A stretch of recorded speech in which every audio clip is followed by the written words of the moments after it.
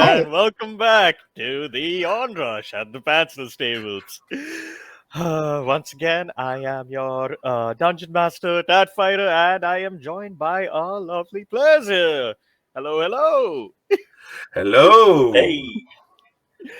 Oh, fun times. It's been a week already, and we are back with, well, a somber evening right where we left off, really.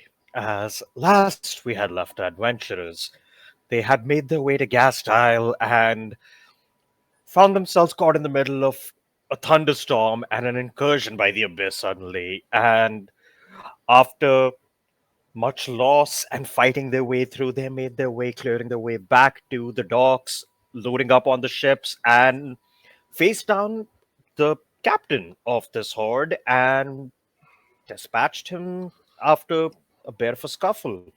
And afterwards, everyone got on board their ships, helped the surviving refugees get on board, uh, where Cry had a bit of a one on one talk with just a friendly family member.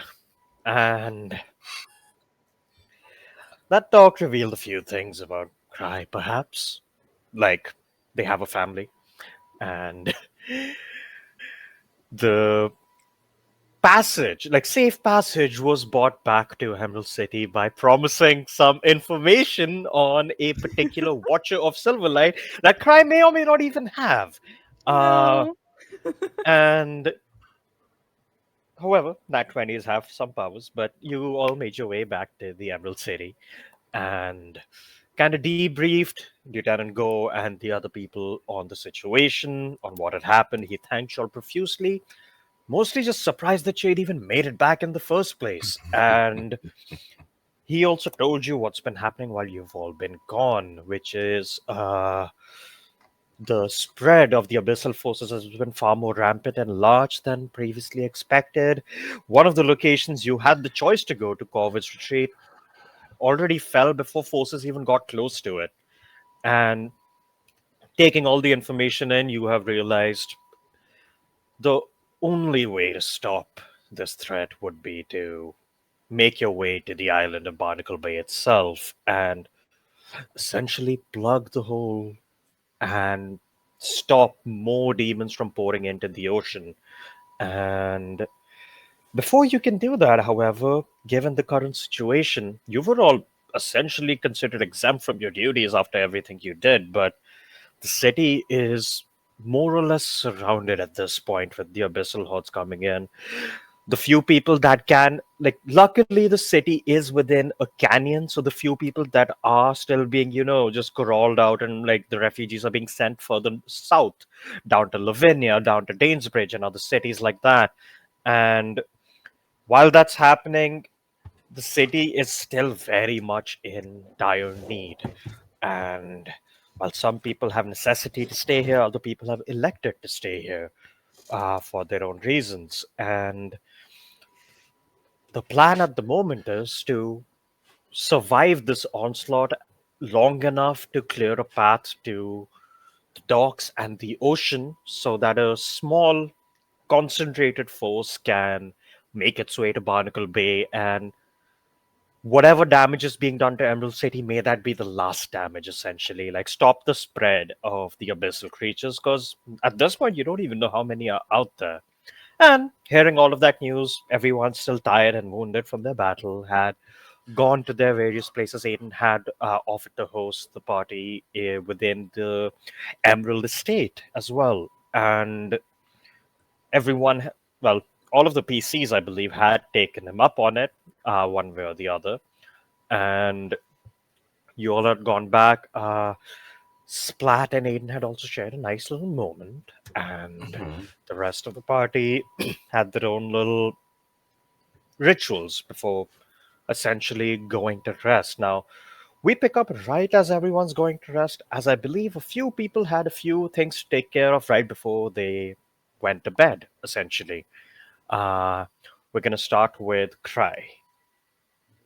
Yeah, so I imagine Guy's never been to a palace before, or just For any sure. big building. So like, Yeah. it's definitely like up and entering, like looking around, a bit wide eyed in awe of like just the building itself. Um, but also, I guess once he gets to the room that Aiden assigns him, just looks out the window and like I guess sees like the city proper is it Aiden, is the palace like on like a hill or something, or is it like higher up, or No. So the city itself is built into like the ravine of a canyon. oh, okay, yeah, The so estate is it's just in the center of this ravine. Like it's at the very okay. lowest point, technically. And it's just like Mm. this big estate with all these like important buildings in it, a couple of houses. And then the center just has like the spired emerald tower coming out of the ground. You're But you in have a that good tower. view of the city, right, from the tower. Oh, yeah, yeah, for sure. Yeah, You can yeah, see so the entire city. yes, I think I would just like look out for a second and like just mesmerized by it for a bit, but then also briefly feeling a little homesick because there's no lot of trees and stuff around, and it's such a different environment. Yeah. And I think they would go and sit down and take time to ritually cast commune, um, to try and get some answers from their All right. deity. You Um, cast like you basically are escorted up to like a room for yourself. It's a very nice room with like fancy ass bed, a little warm fireplace, these beautifully like tapestried like carpets and rugs all around you, wardrobes full of like noble looking clothing, and you kind of just sit down and start praying essentially. And you cast commune. Now, I'll say you can very easily, like, set up like a little ritual. mhm. You have three questions you can reach out to your deity with. Uh, and, Yeah, like, I you know what the spell is, but yeah. the thing is, I'd written down for myself that I should probably think about what the questions were going to be, and then I forgot. So I'm going to try and I think of them on the spot. Love it. Um, yeah. So I think I would like sort of like sit down and start like almost meditating and try and focus and make that connection. Um, and first would just ask like, um, are we in lethal danger? I need to roll for your god. Yeah, you hear back just a gentle voice saying, yes. Okay. The second question would be, the family member I spoke to today, are they dangerous? Yes. Okay. And I'll just think about that for a second, and like sort of like go over that conversation again, because I feel like he kind of got bad vibes from them, but also wasn't sure about uh about it, because there's a lot of things were told and there was a lot of new information. And then I Yeah. think with the third question they would be like, is Mama safe? Need to do a roll.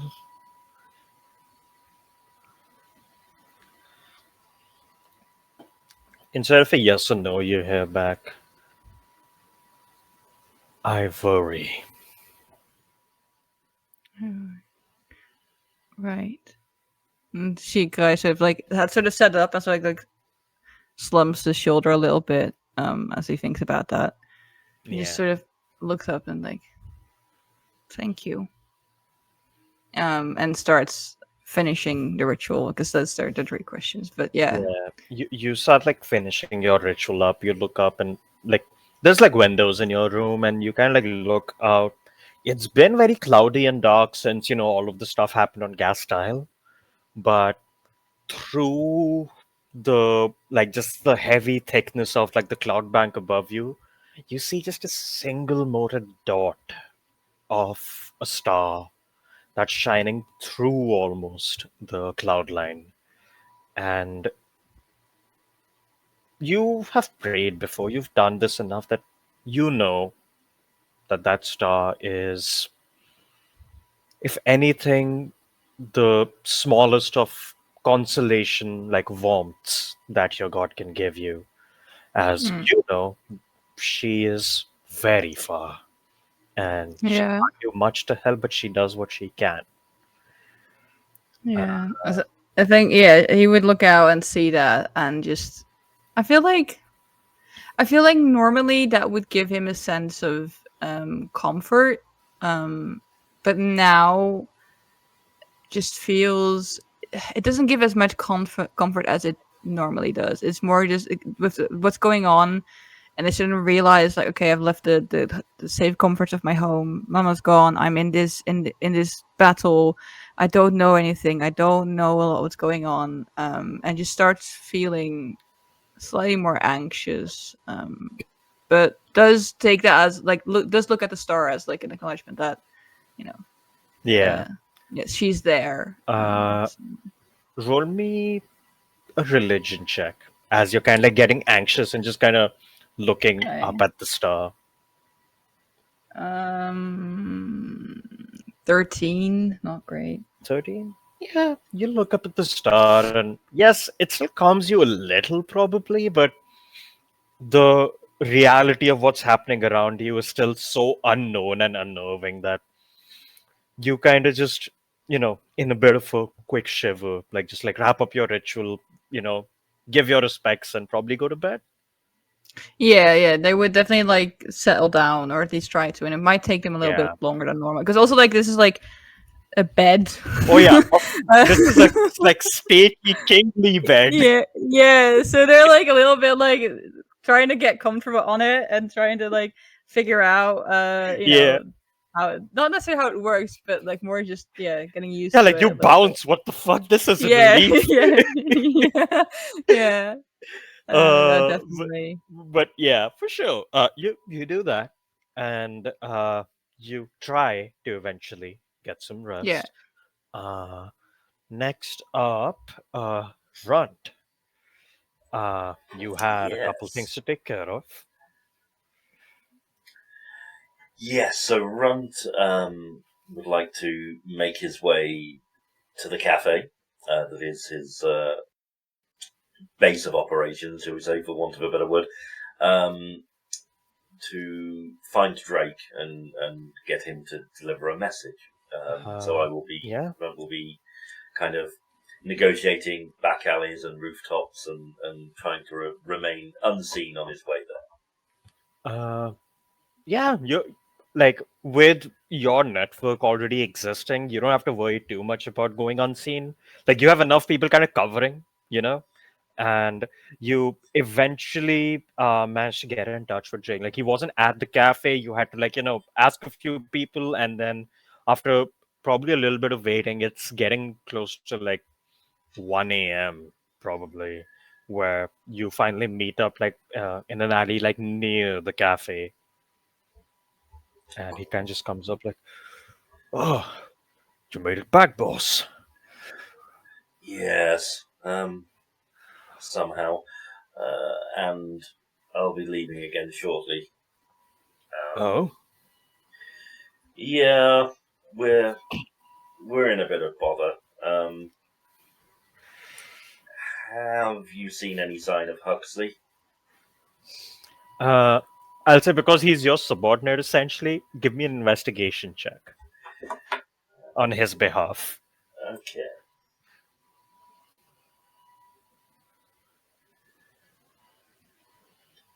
that is a 29. Oh, yeah, no, that'll do it.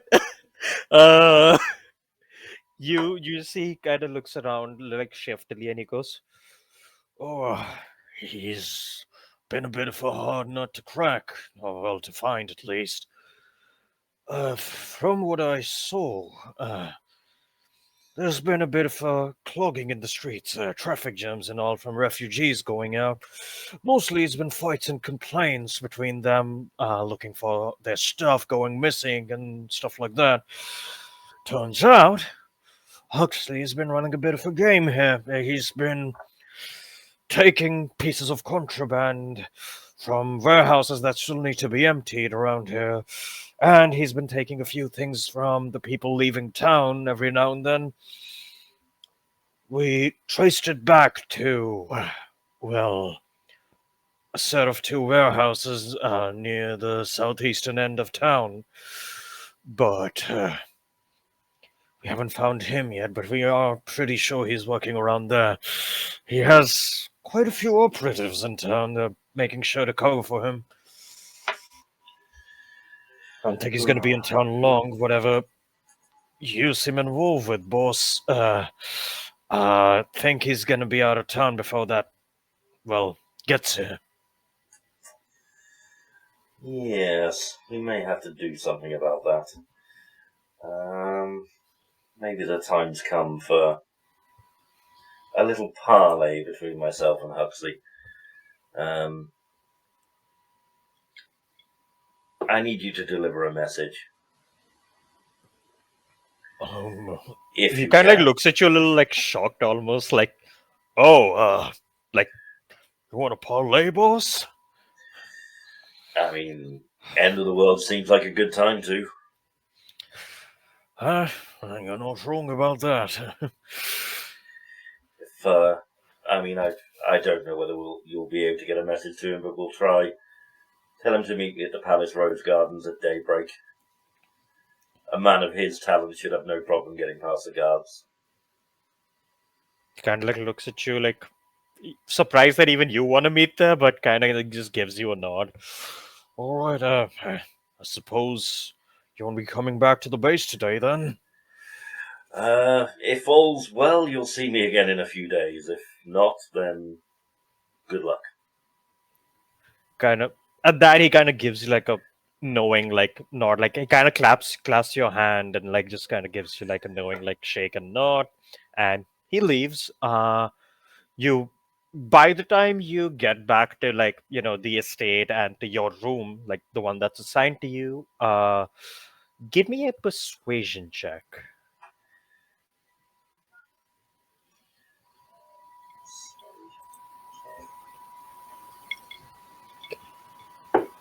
That's not too bad. That's an 18. All right. And Drake adds a +2 to that.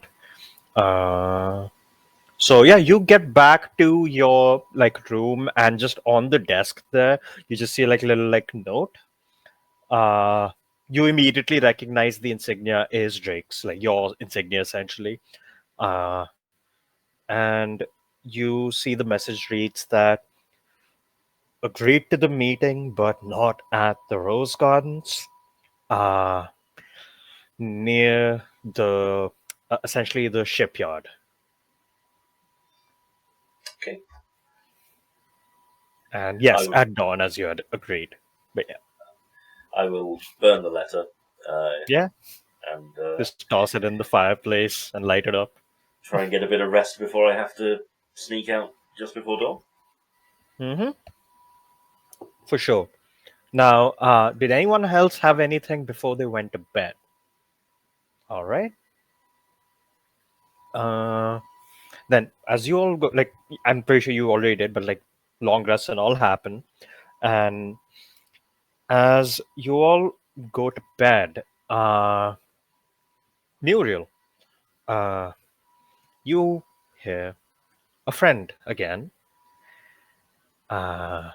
who just in your head, like the second you essentially lie down and pull the like blanket up, you just immediately hear, "You did well."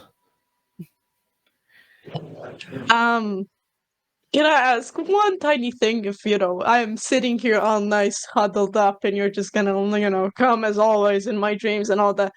Was that me back there? Just like a little problem here. What's with the what did that crystal do? That's just what I'm. Hold on. Roll me persuasion. Okay. Okay. You are talking to a patron, so roll well. Yeah. Okay. I can hope. You know. I think it's Yeah. rolling. It's rolling. It's that. A 9. Where's my what? I see a 9. Yeah, but wait. Yeah, but that's just Is that? the 20 normal, but I have a +7 in persuasion, Oh, so there should be a 16. That's I why I was think that's looking like with that. your. That might have been with your mom. Did you roll a Yeah, 1? but Like no, what? it's 9 on the die. Oh no, it didn't add anything. Yeah, you're right. You Yeah, didn't I add didn't add anything. That's anything. weird. So that's weird. But So I have a how much is that? +7. You can check my sheet if you don't believe me, but No, I know you have a +7. No, I meant like what the roll was. Oh, it's a yeah, no, 16 it's then, a right? it's a 16. Yeah. Awesome. With 16, you just hear them go. Well, as I said, I had to take care of something, and I had to return a favor. And you were the ever friendly hand to do it for me. And as far as what it did is concerned, I mean, what can anyone really say about things like that, How can you imagine a gift would be received until it has been received? I gave someone something and they had a response to it. Hmm. Huh. I feel like that wasn't the sort of gift that, I would make, like a worms in a I cake need to sort of work on your thing. gifting. My gifting is great, thank you. Um, I Wait, do am you want a actually cake? great at gift. Do I want cake? You said if you would gift someone, you would gift like a cake or something. Do you want a cake? I mean, are you trying to bribe me right now? But I would like cake though. It's not bribery amongst friends now, is it? Hey, have some cake. And you see literally a purple mode of light puffs in front of your bed and a slice of cake shows up. What sort of cake is this? Uh, it's like this chocolate frosted with vanilla with like a little cherry on top. Muriel is good. Can I? Okay. Uh, how do I check if it's not poison? You can roll me a medicine. Okay, sure. Um, where's medicine? Wait, need to find it. There it is. Oh, I have a bad one in medicine. Okay. Huh? It also didn't add the Oh, +2 this time. It was an 11. that your setup's just cursed. It's an 11. It doesn't seem poison. Okay, great. Muriel is gonna kind of look at it and then take a bite, I guess. You take a bite. But It's delicious. I have a feeling that Muriel, as she does this, is like a pouty child. Sort of Yeah. like, I didn't get my answers, but I got cake, So, like, Now, don't mope. You're having cake after a hard-fought victory. Everything seems like an up and up to me. And, as I told you before, if you do a favor for me, I do a favor for you. Now, yes, technically you did say you want cake and I gave you cake. Now, if I were to be literal, this would have been your quote-unquote payment for, well, the job. Hello. We My are turn. back! We're back! I, yay! for Yay! sure, did not RP an entire scene without realizing the stream was dead. Oh no. No, no way, we're gonna do that again just for, It, w- everyone. It was a And horrific TPK, so sorry. Yeah, So you know what? You bad. guys get a red card. Sorry. Party lives this time. Well, it was fun playing with Yossi. Oh no! But yes, we are back. We were just in a little scene with Muriel having a little word with the patron and learning that the patron gave them cake. And My friend. It's her friend. It's you know. essentially, they said, technically, you said you wanted cake, so it I could got have been cake. payment for your Is like it task. is it How? is it real cake though? It is real cake. Yeah, I tried to see if it's poisoned it or is not, and it's real fine. delicious cake. It You is tried Okay. to see very if it's good. poisoned or Yeah. not and took a bite. No, it was poisoned and be real. I just wanted to make sure that the cake is truly real and Not a lie. not a lie. Uh-huh. Is the cake Uh, alive? I'm suddenly there I'm are many lies in this game. The cake is not one of them. yay. Ah. Uh, but after that, you do hear your patient once again just say, "Because I am a friend, I will still give you what I was going to give you to begin with. After all, you've done such a good job." And you'd say, just like this big billowing cloak kind of apparates around you in the same puff of purple light and smoke. It's this green cloak with silver embroidery of leaves, antlers, and flowers growing all over it. And as it can, like, snugly like wraps around you on its own, uh, you almost feel immediately a part of your connection to your patron firstly like gets firmer, and you can very little, like, now that you have your own innate magic from being a sorcerer, and you've also felt what, like, borrowed power feels like almost. Whatever this is doing is just enhancing you. Like, whatever power you have is potent in its own way, and there is a slight sweet scent of that smoke, of like just this uh essentially, well, it smells sweet like cake almost, but you can clearly tell that this came from some fair roots, obviously. And yeah, uh, if you want to share what the item does, you can. Up to you. Okay. So this beautiful cloak um can when I'm attuned to this cloak, it will raise my charisma to 21. Um and I have 4 charges with this to use it in very funky ways. Mm. Like I can teleport 30 feet on a charge, and if a spell requires a saving throw, the target gets Mm. disadvantage on the save, and I can also deal an additional 1d10 damage when the spell deals damage itself. So yay! You get the cloak, and you just hear your patron once again just go, danger is coming your way, and I would be so heartbroken if, well, my favorite friend had anything bad happen to them. Muriel ignores completely the fact that danger is coming, and she goes like, "I'm your favorite friend." Oh no. Of course you are. Who else would I trust with such important tasks? Muriel is just happy. That's it. Yeah, you just stay happy for a bit, and your Uh, connection with your patron breaks there, like at least the communion, and you go to bed.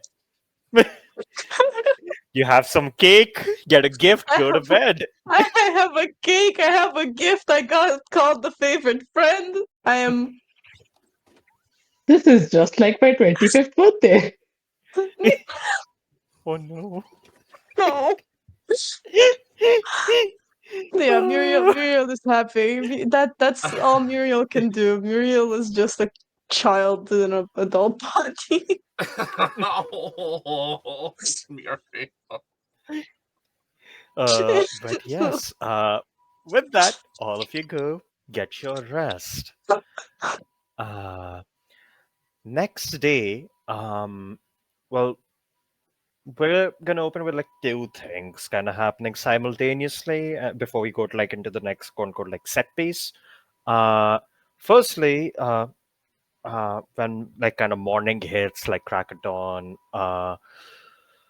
Splat and Aiden, you hear a loud knock on your door. Oh, uh, I roll out of bed, grab a robe, like an extra robe that I keep on the side, and wrap it around myself and head towards the door and open it. Yeah, you go up and open the door, and you see it is one of your guards. It's this like very like tall, like upright posture, like Aarakocra Hmm. woman wearing these beautiful Hmm. robes of Yeah. green, and she just looks at you and goes, Master Agent, you are awake. And you see she's very much like trying not to like look in the room very actively, almost like Hmm. uh it's very much that like you've felt this before where if you bring any company to your chambers at any point, like the staff feel very like unsure of what they're allowed to tell or not tell kind of stuff, so they're very much just Right, like of standing course. outside the door and they're I just being like I uh, am a confirmed bachelor, so I'm going to stand there and I'm going to hold her attention, yeah. uh, and like actively, and I'm just going to say, please, absolutely, what is it that you need? To tell me everything you need to know, and I would like to make a persuasion check to keep her focus on me and not on uh Splat. You don't need to roll. She's trying to do that herself. Excellent. I'm giving her permission by giving her eye Yeah, contact and attention and respect. yeah. And like she's look I had nothing to ask, my lord, but Mhm. uh before well I believe you were going to go to the encampment again. Yes? Yes, that was most Uh, certainly the plan. Uh, Before you went, your father wished to speak to you. oh, absolutely. I will. Could you please send some dressing servants to assist myself and my companion in getting ready for the day, and bring Certainly. some breakfast? As soon as I am dressed, I will immediately report to my father. Certainly. I shall let him know then. And you see, like, she turns around, leaves. After a while, Splat Aiden, you both, get a fresh change of clothes. You get Mm-hmm. essentially a, like, noble feast in front of you for your breakfast, which Mm-hmm. everyone does, but, like, you guys kind of, like, have, like, a joint meal is, like, the difference. And you... No, cease. You... basically get ready and do you bring Splat along with you? I asked Splat. I was just like, Splat, do you want to stay here and rest, or do you want to come with me to during my audience with my father, so I don't have to repeat anything? Both are perfectly acceptable. If you just want to spend your morning here, looking amazing, eating good food, I can come back and get you after I talk to my father. Um, so I feel like it might be way too soon to meet the parents. Absolutely. I agree. Why don't you? And I just like take some of the red elven wine and pour it into a beautiful, intricate brass cup. Why don't you just enjoy some of this chilled sangria from my personal vineyards, and I'll be back. And then I Uh, just give him I give him like a very light kiss, like on the lips, and then head out for business. yeah, for sure. uh that was a horrible time for me to take a sip when Steve said meet the parents, but I almost spilled, but we're good. uh Hold on, yeah, now we're good. But yes, Splat, you're kind of left with you know, your like to your devices with like this like drink and food and everything, and meanwhile, you head on over. Uh, you go through a portal. You are now upstairs in the Citadel, once again going in the halled throne room, kind of war room Mhm. right now. But Yeah. uh, door opens, and it's the same two guys from last time. They kind of like just like nod at you, and one of them kind of goes, "Yeah, actually, a permission this time, huh?" And like just kind of goes and opens the door, and And you I head see, in yeah, confidently. yeah. You have you see amidst the pillars. There's a couple of guards standing there, but beyond that, it is just your father. No one else like in like a conference with him right now.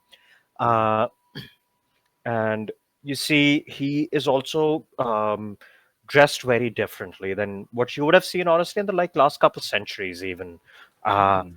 he is wearing this like almost blackish like dark green suit of armor with like golden inlays over it. Like the chest plate has like the Naradan emblem, the back Mhm. has like this billowing cloak with the symbol of Emerald City. And you see, again, fully armed up and everything at his sides. He seems to have clearly cast a bunch of spells before you came in, as you see, like just Mhm. different colorful kind of glows swirling around his weapon and his armor. And as you kind of come in, he turns around from like the window looking out at the city and, oh, Aiden, I had Father. heard you had arrived yesterday.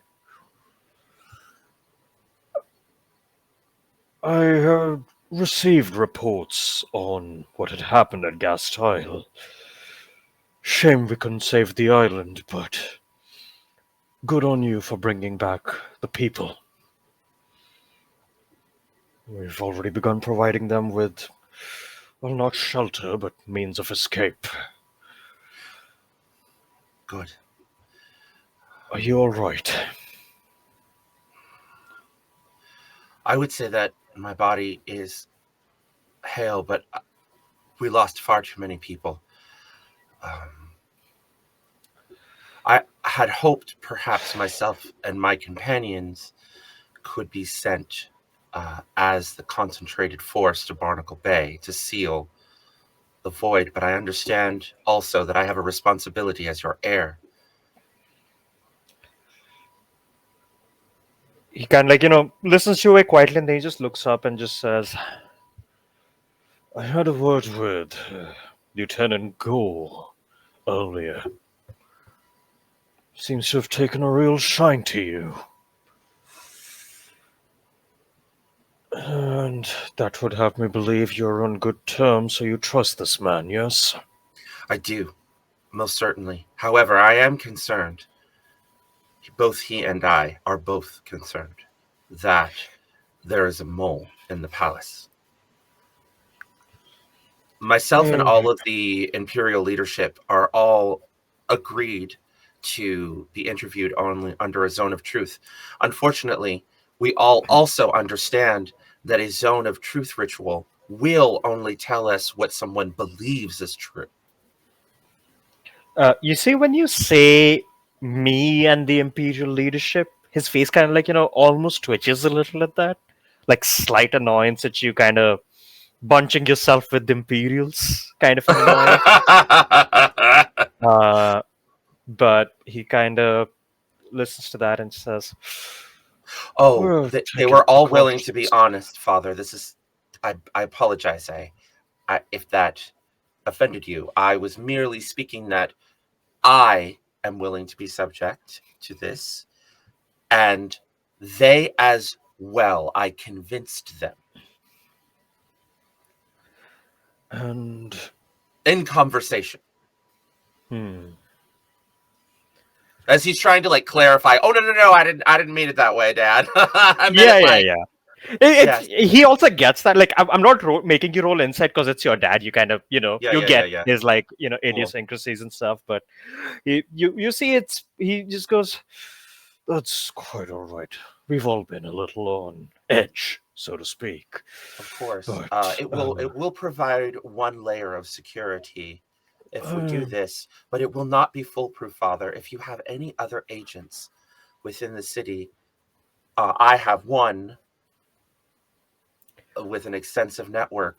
We can try and find out who the mole is, but from what the that's not my lieutenant said, specialty. if there is a mole to begin with, though, there is a Exactly. chance there is no mole. Mhm. So we will do our due diligence, but I'm afraid at the moment we don't have too much time, from what I've been told. Absolutely, Father. But just please be on your guard. I tend to be, given my position, as should you, given yours. And as far as this concentrated force business is considered, the lieutenant had the same suggestion to make as you, and, well, I would be loath to think of anything happening to my sole heir. It is also our duty to make sure the city keeps standing. And I had a interesting conversation with a Genesia Farhollow last night.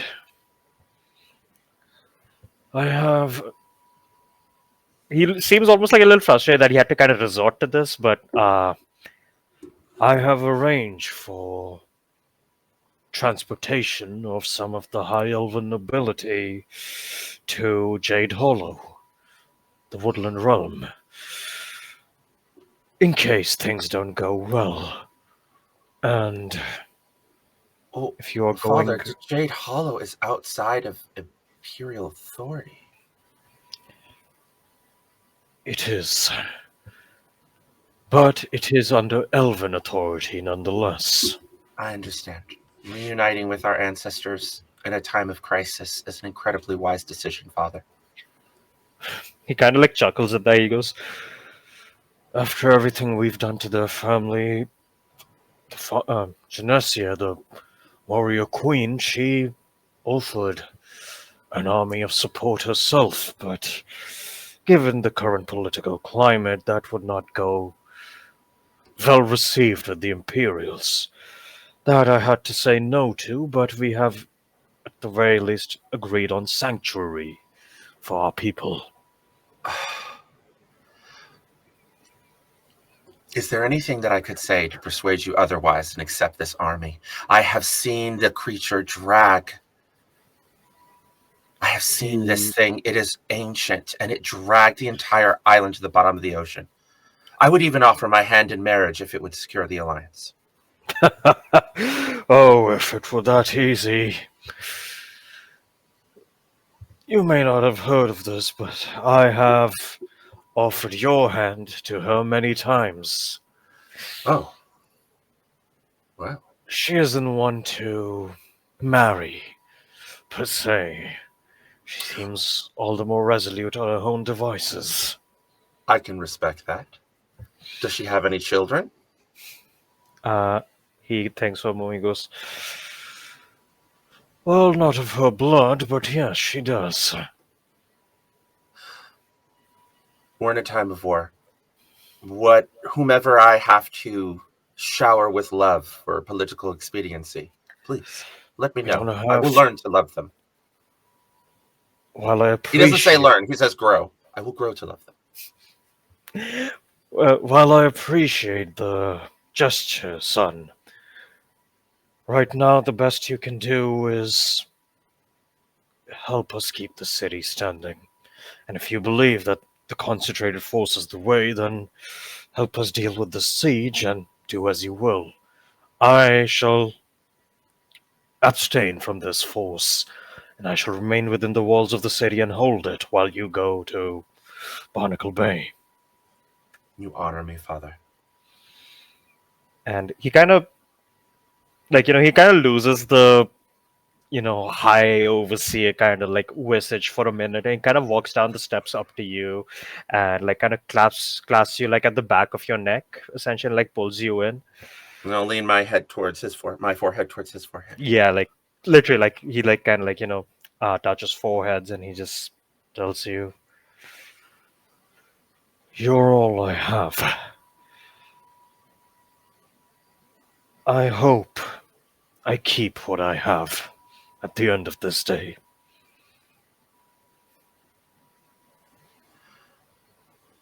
I love you, Father. As do You've done I. you've done amazing things. And if we do not see one another at the end of the day, we will see one another in the next life. I promise you that. He kind of like gives you like a faint smile at that, and he just says, "Let us hope it does not come to that, but yes, something to look forward to." And kind of like, lets you go after like, kind of gives you like almost like this uncharacteristically like soldier like kind of grin at you, and he like lets you go at that. Yep. And I just leave with like confidence with the staff, and I just like nod to each of the two guards.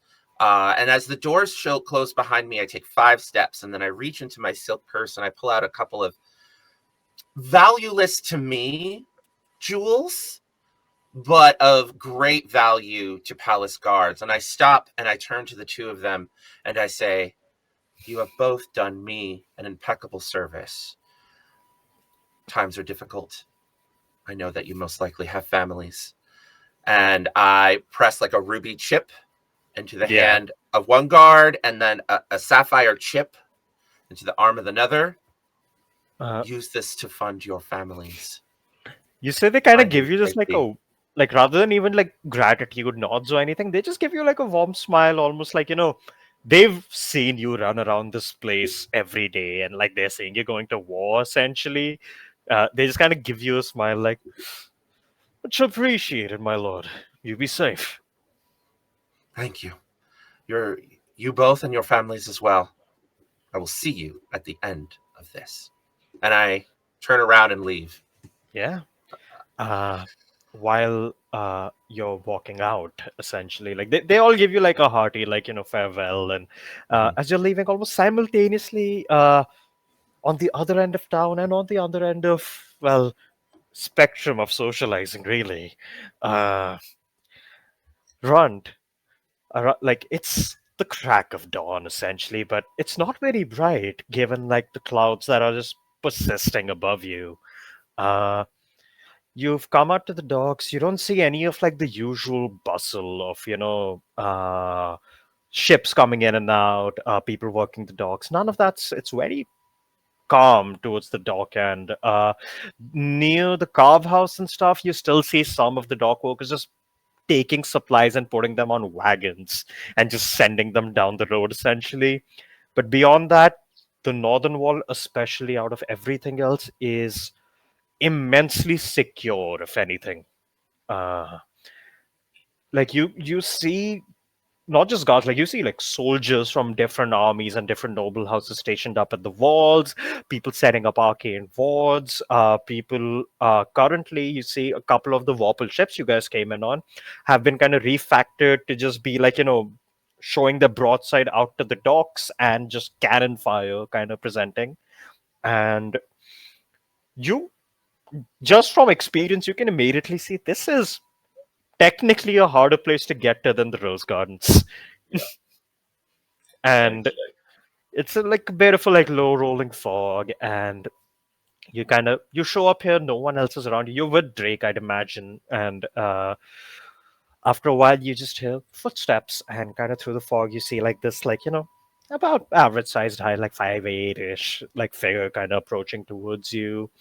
uh and you see this person wearing this long, like almost like leathery, like black coat, like going down to his like ankles, essentially. Wearing like a black tunic inside, with a half plate on top of it. He has here very visibly ivory hilted and ebony hilted, like a hand crossbow at either side. Uh, a couple of what you see are just knives kind of bandolier across his chest. Onyx black skin almost, with yellow golden eyes kind of peering at you, with jet white, like kind of like, like this long, like neckish length hair, kind of like, just like strewn about. He, like, firstly, he is handsome as fuck. Uh, like the first thing you notice is this is an attractive person. Uh, and also, you can give me an insight or a medicine, your choice. We will go insight. That's much better. No. So day for rolling good. That's a 21. 21. His face feels familiar. You aren't sure why. Oh. Uh, and you can clock that this is a fallen Asima. And he just walks up to you. He seems to be alone. He didn't come with anyone. He walks up to you, looks around, and just looks at you. And does like a deep bow and goes, Dagon, Dagon Huxley. Pleasure to make your acquaintance, Mr. Delita. Your reputation precedes you, and I will bow myself. Oh, I'm sure it does, as does yours, at least within these walls. Yes, which begs the question as to why I find you here. Oh, shit's kind of hitting the fan around here, isn't it? It would be oh so foolish, really, to let all of the lovely history and culture of this place go to waste when the city falls to the ground. I mean, there is a sliver of truth in that, I guess. Just depends which way you look at it, really, doesn't it? What really brings value to a city? The things or the people? Oh, I mean, it's a bit of a column A and a column B, I would say. The people are the ones who made the things, and sometimes things do make the person. Yes.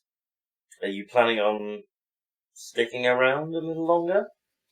Oh, not for too long, Not really one for such tense climates around the walls. No, I believe I would be taking a bit of a travel back out of this town in a couple of hours, even. Mostly done with this place. Then I have a favor to ask. I would imagine. I am going away for a few days. In a very different direction to yourself. Kind of like, just looks out towards the ocean and goes, I wonder where. Now I hope to return. But these things are in the hand of fate, as always. Kind of just like, he kind of just smiles at that and like looks at you, just, So I would like you to take my people with you. Oh, and do what with them? Treat them as your own. No, I had wondered what you would be bringing me out here for. That was one of the things I had considered. Well, he kind of like looks past you at Drake and just goes, how about it then, chap? You wanna come play in the big leagues? And you see Drake kind of like looks over at you, just, what do you mean, boss? There is a force of gods only know what descending upon this city. I would have all of you safe. Kind of looks almost, like about to argue with you, like that's bullshit. And he stops and goes, and why won't you just be joining us on this little run around then? It seems that my path lies in the eye of the storm. Well, if you make it, then hit all of us up in Ebrook Hall, I suppose. It's And you see, Dagon just goes, "Well, that was heartfelt, I suppose, but fine. It's a favor where I gain some manpower. Manpower I can always do with. I shall hit up with your little friend here, and we shall make for a little exit I'd made for myself, and get as many of your lads out as we can." It seemed an easier bargain to strike than to ask you to stay. So Oh, I believe that's not really a bargain, more a fool's hope, so yes. And he kind of like gives you like a smile, walks up and like shakes your hand, and you give me an Arcana check, actually. this might not go as well. 21. I'm just rolling 18. Just rolling 18s and 19s today. 21, you see the entire inside of his jacket is been like just stuck with a bunch of different arcane scrolls, and all of them are glyph of warding explosion. Oh, Jesus. He was ready to be double crossed, essentially. But yeah, he shakes your hand, and Drake kind of looks at you and kind of, grabs onto your arm and like just nods at you and says, "We're seeing you then, boss." If Fortune's winds blow in my direction, then yes. If not, They usually tend to, so that's where my money's at. well, that is true. If they don't on this occasion, you know where my personal effects are stored. He kind of like nods and smiles at that, like very clearly, like, yeah, I'm gonna nick those. And they leave, and you rejoin with the others. And at that point, all of you begin to like move your way down towards the encampment to the north, where Lieutenant Go meets you once again.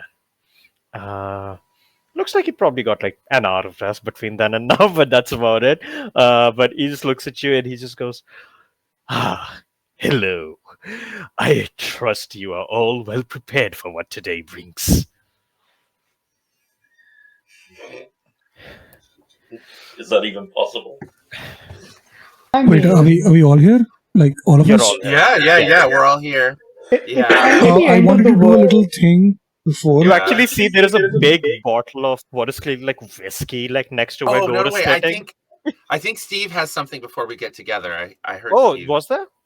Yeah, Sorry, just I like didn't hear that. the minute Yeah. the minute Aiden leaves, Oh, Steve's yeah, gonna sorry, not Steve. Splat's going to snoop through his room, just not to steal anything, just to get a better sense of who this person is, because he's no stranger to uh, stuff like this, but he still wants to know, because they've been in been through battle They've been together, in so high-born houses before, for sure. yeah, definitely, but like not on the first night, Yeah. Sure. So, firstly, give me an investigation, and secondly, that is the second time you almost made me spit my drink. Let's go. We need a counter for that. The second I take a sip, you say something. I love it. That's why I always make sure if you don't hear Steve, I'm just like, oh wait. Yeah. You gotta listen. I may or may not have ideas for every time I play with that now.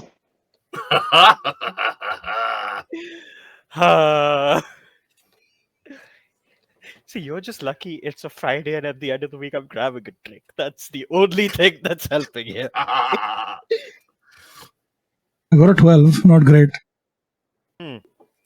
With the 12, for the most part, you clock what you've seen essentially, which is very fancy clothing, different musical instruments, maybe a couple paintings lying around the place, Mhm. like unfinished, couple finished.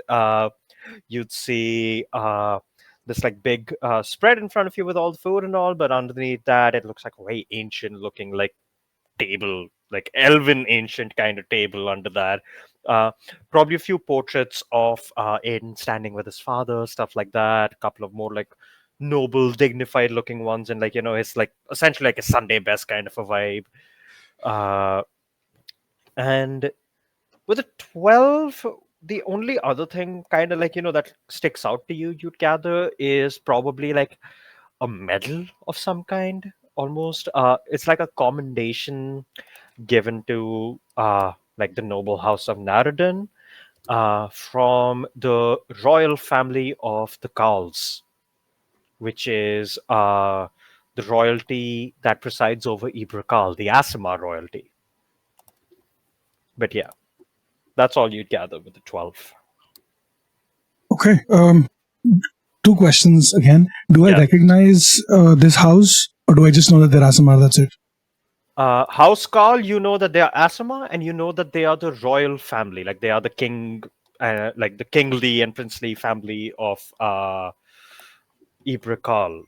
Currently, they have a king and queen presiding, but you don't know too much more than that. Okay, makes sense. Also, you said I saw a picture of Aiden and his dad, right? So that's my second Yes. question. Is his dad hot? Yeah, I mean, he is like dignified hot. Like he is an older looking elf. Like more angular and like stronger features on his face. But for sure hot as fuck. Okay, yeah. He's gonna sit back down and continue drinking and eating, and just wait for Aiden to get back. It's just Aiden doesn't really get back. After a while, you're just like told by a guard that like we're heading downstairs, essentially, like to oh, the fine. main He's gonna cabin. grumble under his breath because he was hoping for round two. But fine, whatever. Okay, fine. I guess I'll go fight some shit then. Speaking of which, how much did you drink before going downstairs? Just the usual that I do, like a couple of glasses, not more than that, and mostly saturated by food. So Yeah, okay. Couple glasses of sangria. Just give me a con save. don't fuck me on this. Oh no. It is like morning right after a night of kind of partying, so That's a 12. With a +7, that's a well, 12. That's a shame. 12's good enough. It was like a DC 10 thing. It's a drink. Like you're strong. Uh, Yeah. but you just like kind of like feel a little bit of a buzz, and you're like, okay, yeah, that's good enough for a fight, and you like head downstairs. And yeah, at that point, like you all congregate till Lieutenant go. You see there's like this big bottle of whiskey next to him that just says in like big, like chunky, like gothic letters, like dragon whiskey. And like it's like this fancy fucking like thing he's just sitting with, and he has clearly gone through a chunk of this while planning essentially. And he looks fine though. I feel like Saki is still going to call it out. Like is that okay? We're about to go to war. I feel like you should maybe be in your senses a bit. Oh, I am quite well in my senses. And he like Sp- kind of looks down at the drink and he just goes, let's just call that a bit of a pick me up before what is to come. Oh, speaking of pick me ups, Splat's gonna turn to Runt and just look at him. And I'm assuming that based on the last couple of days, he gets a vibe of who this dude is and what his vibe is. And just Kinda, yeah. do you have a way, or do you have access to Molotov shit? Okay, there's layers to this we need to unpack. Firstly, does Runt have Molotov to begin with? For this, I will say roll me a straight intelligence check. If you roll above a 15, I'll say you have Molotovs. Okay. Intelligence. Ugh. Hold on. No, it's not going to do it. 11. 11, yeah, no, you've probably used a couple in your time, but you don't have them like on hand or available. And you did just give Dagon like your stock essentially, so Yeah. Can we I improvise them? I Wait, I okay.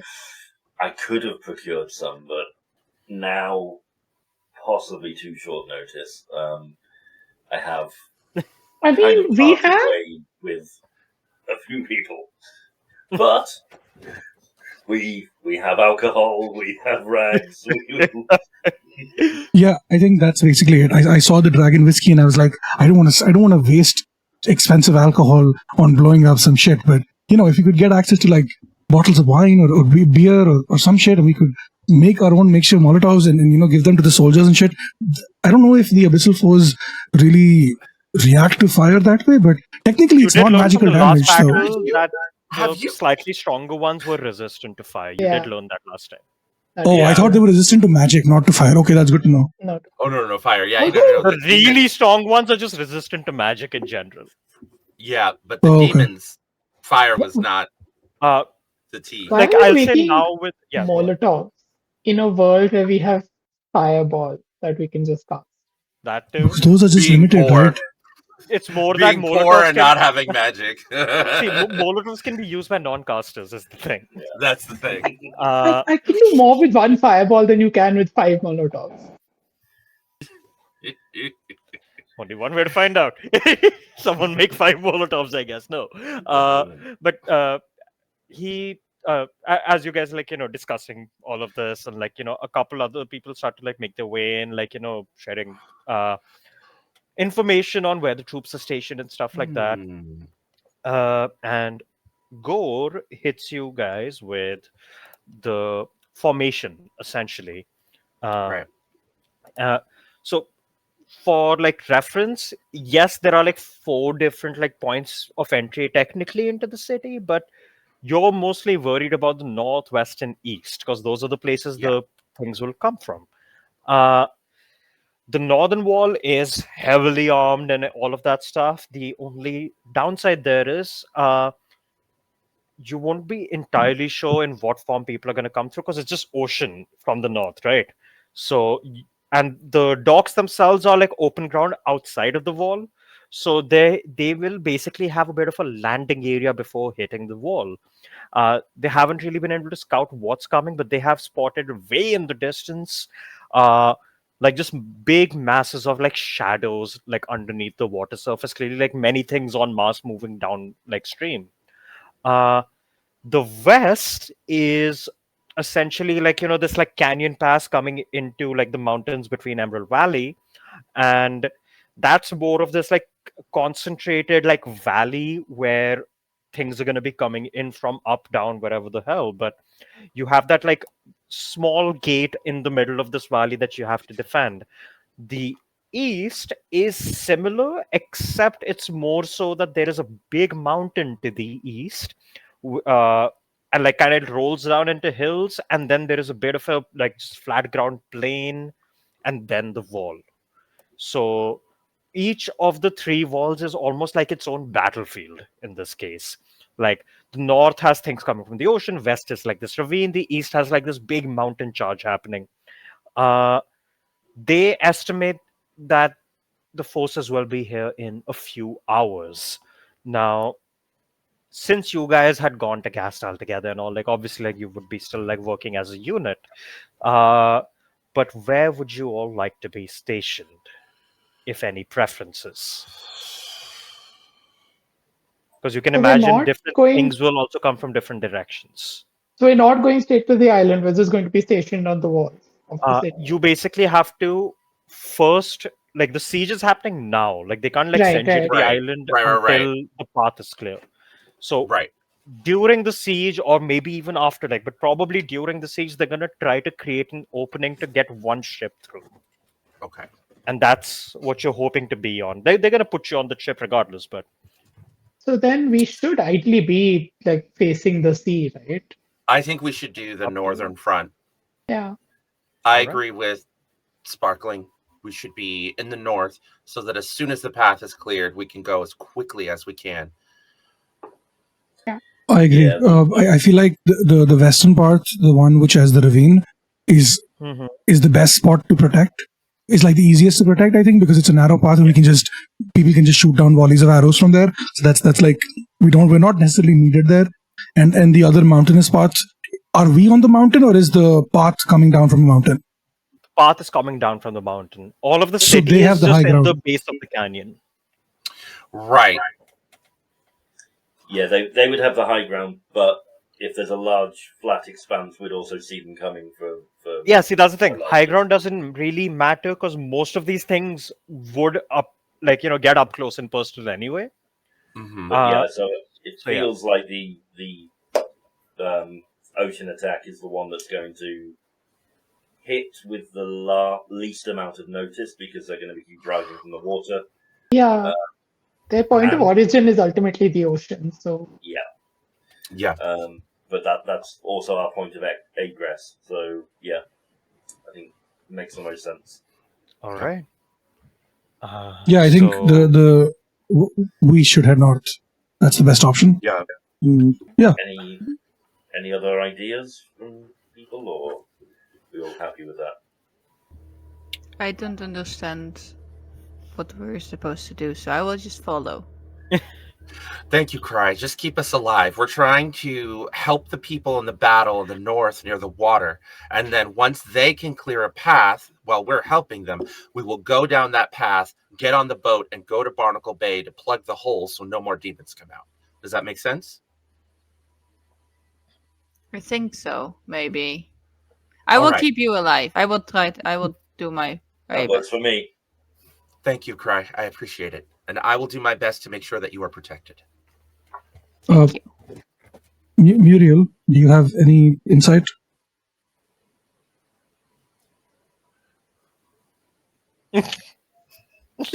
Muriel, as usual, was probably like doing this with a pack of cards, wearing the new cloak, unbothered, kind of like, me inside, what? Ah, shit, I dropped my ace. Oh, well, Like, I guess Muriel was not. that sounds like a sign of good fortune. Thank you, Muriel. As he goes and picks the ace up off the ground and hands it back. Why are there 5 aces in that deck? Fortune. She's gonna happily take it, like. Little glimmer in the Muriel's eye. kind of gonna close the deck and put it back. I didn't do anything with the deck. It's not.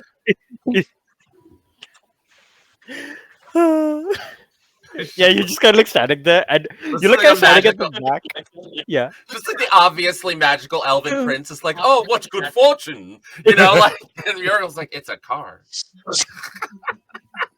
Muriel takes the card and puts it back in the deck, and then she just kind of slides it in her pocket. She's a little bit it's just a card, firstly, and secondly, I'm afraid he might see that I have more than 4 aces in this card, so I might just want to slip it. Yeah, you quickly just wrap up the deck. You're kind of standing at the back. I'm kind of just it's not even quickly, it's slowly. It's sure, yeah, yes, good fortune, totally. Runt looks at Muriel and goes, anytime you fancy a game, let me know. It looks like it could be fun. Oh no. Have a good time playing against Runt. He cheats. Perfect. Aiden just says that a matter of fact. He doesn't he's just he cheats. The game isn't to win the game. The game is to catch him. He's cheating? That's amazing. I want to play with him. I personally love it. We've been doing it since we first met. As you say that, Muriel, I want to play him, you just hear a voice go, oh, you should raise some stakes then. Sorry. Muriel immediately freezes. She's like, oh, fuck. You couldn't choose a better time than talking to me in my head while I'm talking Alright. with other people, it's gonna make it obvious. Thanks. Sparkling, my sword. Last night you said you were going to be able to do some enchantments on it. How did it go? Oh, yeah. Everyone's things are looking pretty good. So I pull out Aiden's sword, which Yeah. is now an enhanced weapon. I um I pull out Splat's armor, which has got enhanced defense. I give Muriel back the arcane focus, which is also enhanced now. Um, and I have a little practical looking helmet on my own head, which is a helm Oh, of awareness now. oh. Holy shit, this You is Also, gotta love wild. artificials. Oh my also god, I have a second does it robot with have me now. ears? Does it have ears? I mean, how will it fit on my head if it doesn't have ears? I look like It just It's has the like the helmets from slots Monster in the ears Hunter. out. no, I was thinking of like the metallic cats from Sword Cats, like Yeah. the top of the head of the female one. Oh, my I mind wish just went to Um, the Palico helmets. I was just thinking of Katra from She-Ra where she gets her space cat and like and yeah, Bo is yeah. like, oh my god, you're so cute. Oh, Oh, and I have but a second. I have a second construct now following behind me, apart from yes. the Vernus Vanguard, Uh, who is that little Dalek thing. I have the what's so its you name have again? one Vanguard and one what? One I Vanguard and a think Homunculus, right? no. No, The no, Humantus there's is two the infernal constructs now at level I 11.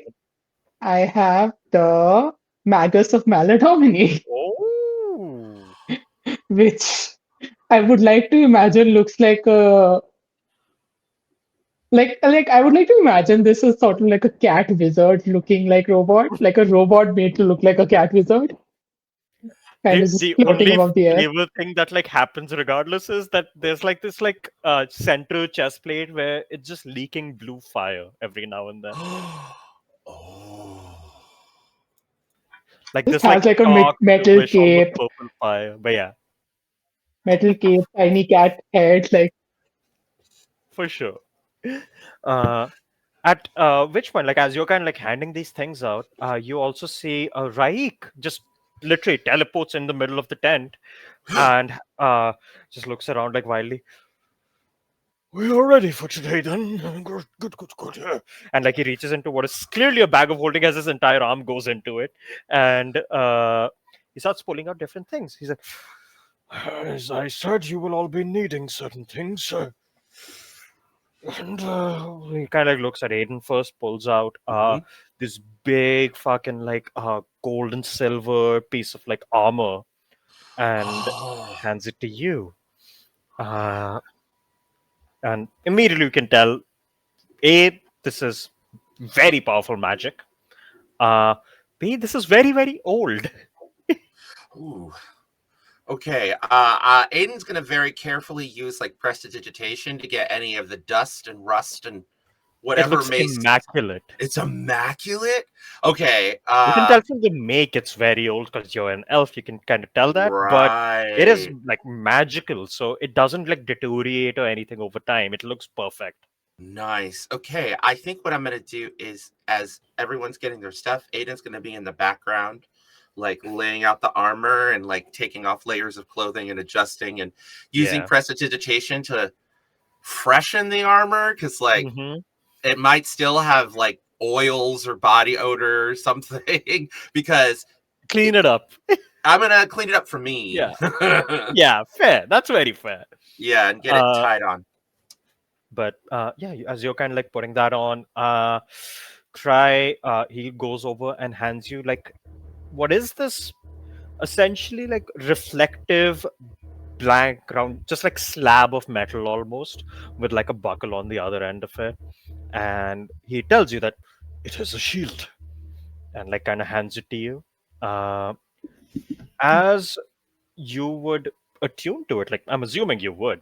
Uh, Yeah. so it starts taking like your holy symbol begins to like glow brightly, and that same silvered like crescent moon begins to just embed itself onto the like far end of your shield, and you see the rest of like the back of the shield starts to essentially look like a night sky, like if you like reflect it against like the sun or something, you just see like stars, like like a starburst literally. Yeah, I feel like I look at him and like wide eye, like very like watching that happen, and then Mhm.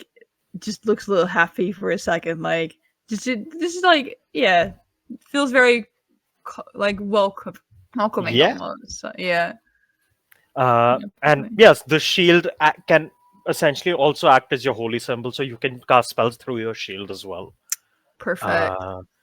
So, while that's happening, he also would give Muriel, you got your item. I Then think we lost Muriel.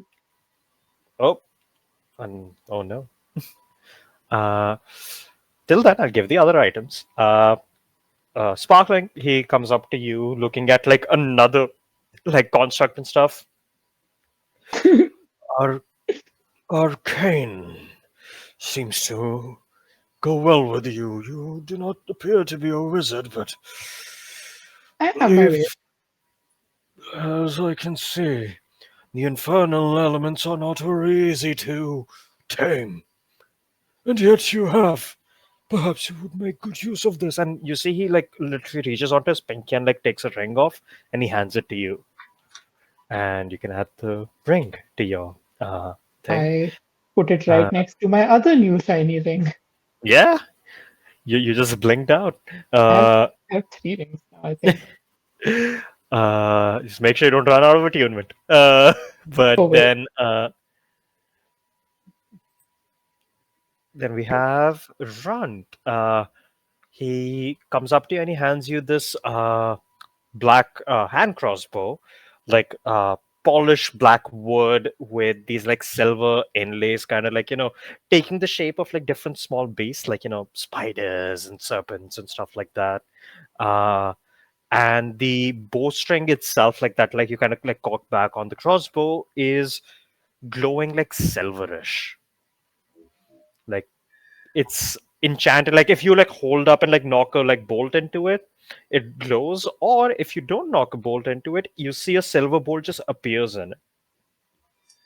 I will kind of recognize it as being differently enchanted, but in the same way that my own hand Yeah, crossbow has an enchantment. for sure. And I will kind of put them both on the table and kind of beat back my cloak and bring out just dagger after dagger and ball bearings and caltrops and kind of rearrange everything and then find a way to put it all back in.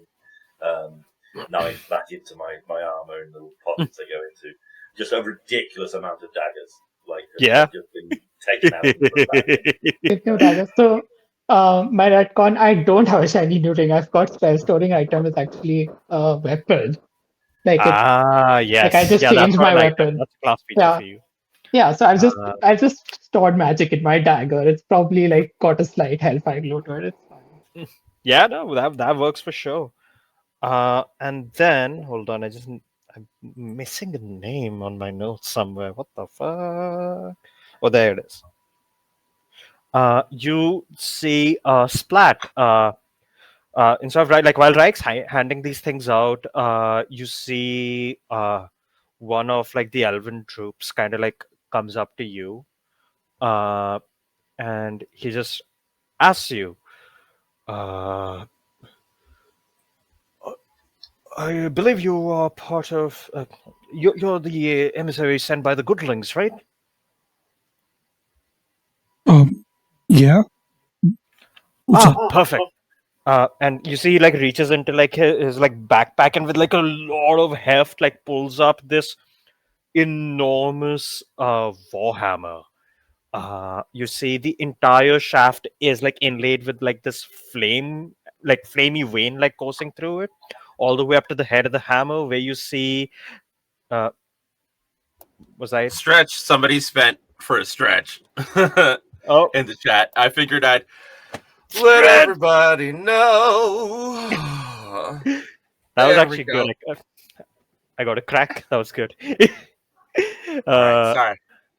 no worries. But you see the head of the hammer itself is like, has cracks in the middle of it with like fire coming out, and like the top of the hammer is just, right now very much empty, but you can see like flickers of flame kind of sputtering every now and then.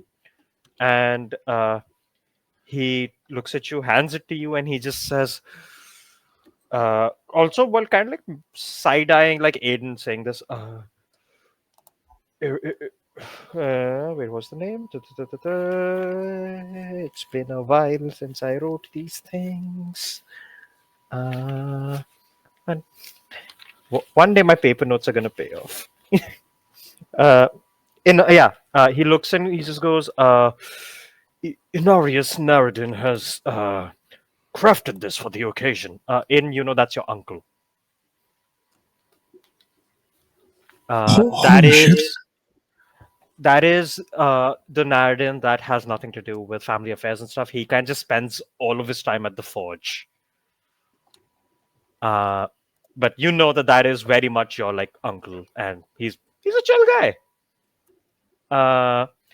But yeah, you see like crafted with like holy symbols, arcane magic, and fire. This beautiful warhammer is presented to Splat.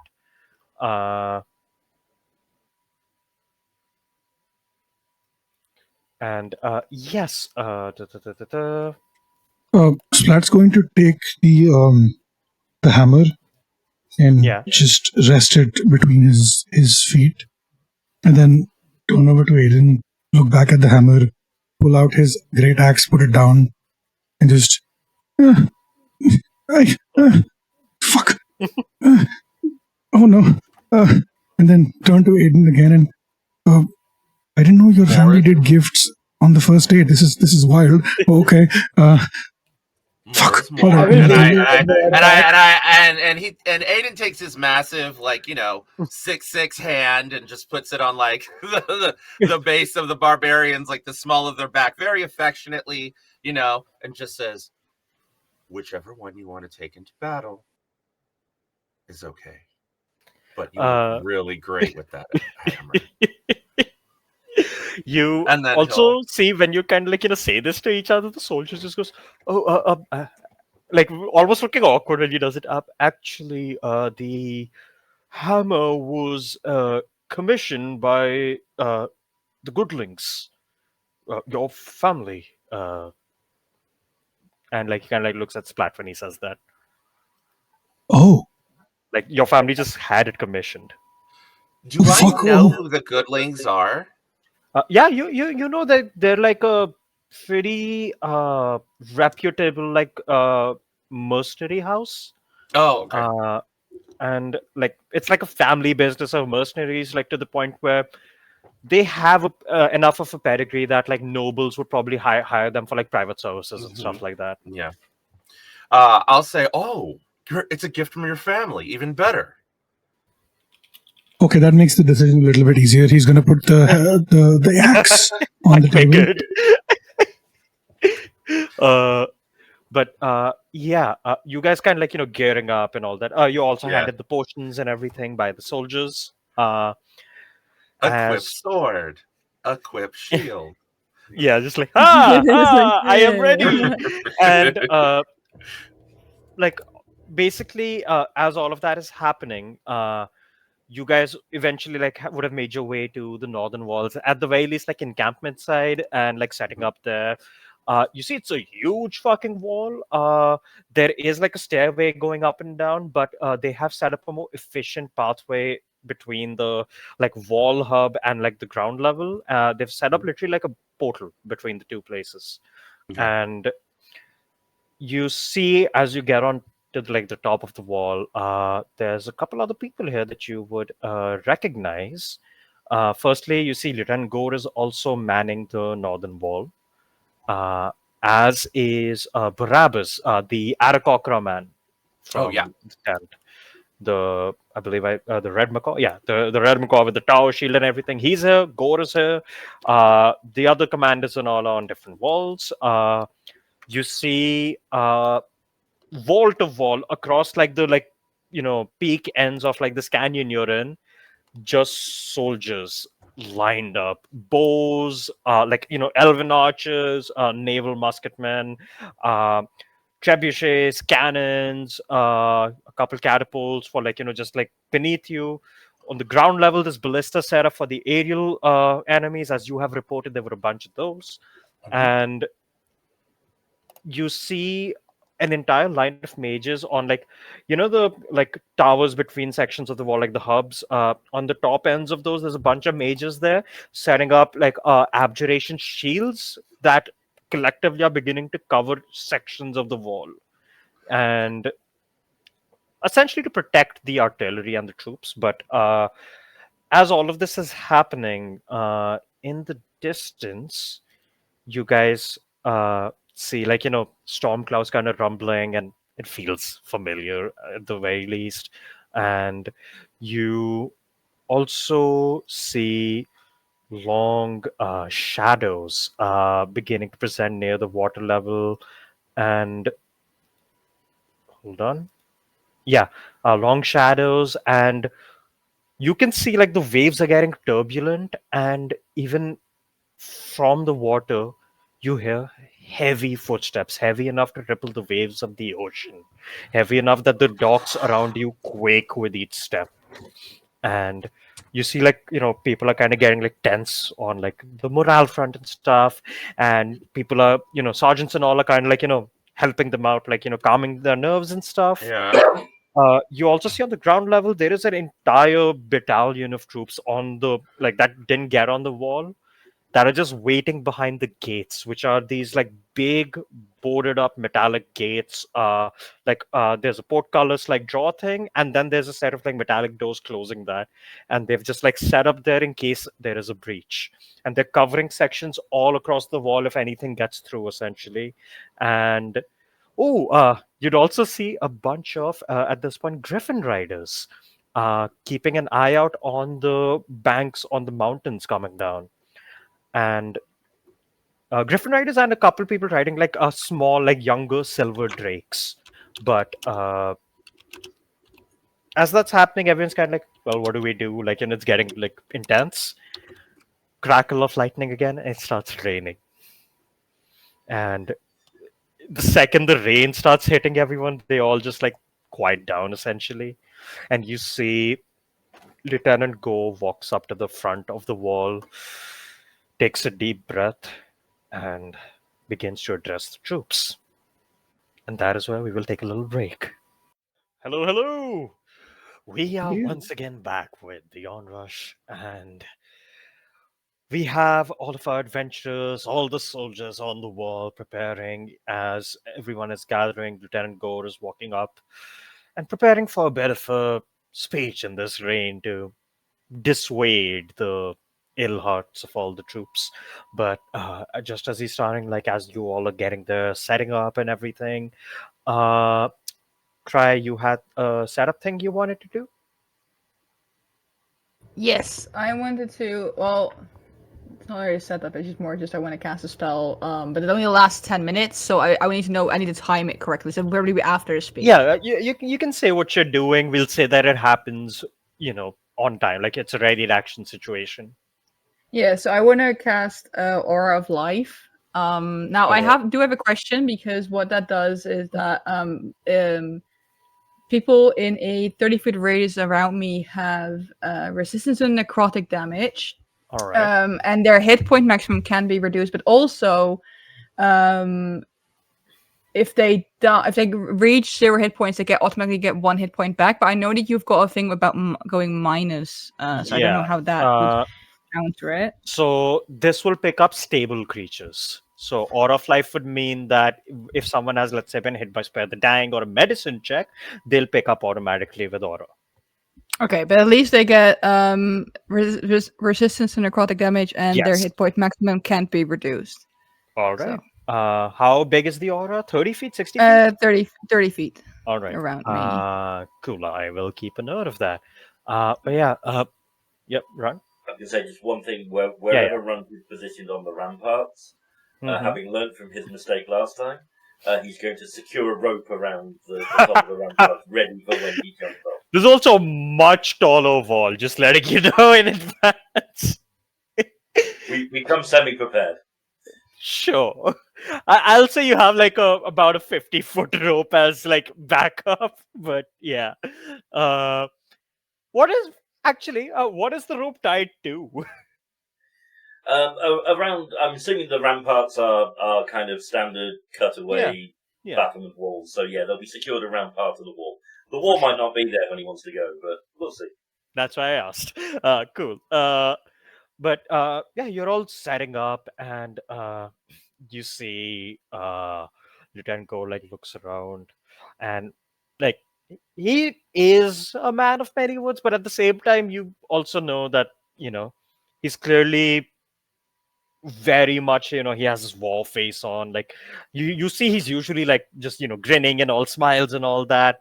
Right now he's very much like underneath all this like rain and stuff, just a very stern expression on his face. And as he talks, you guys are kind of close to him, so for you it's nearly deafening, but you hear his voice boom across the battlefield, across the wall, as a bunch of the soldiers, like almost at the start of him talking, just stand at attention, like reflexively, as he just goes, "All right, soldiers of the Navy, soldiers of the Empire, and all you brave souls who have marched your way here for the greater good, and the brave guardsmen of Emerald City.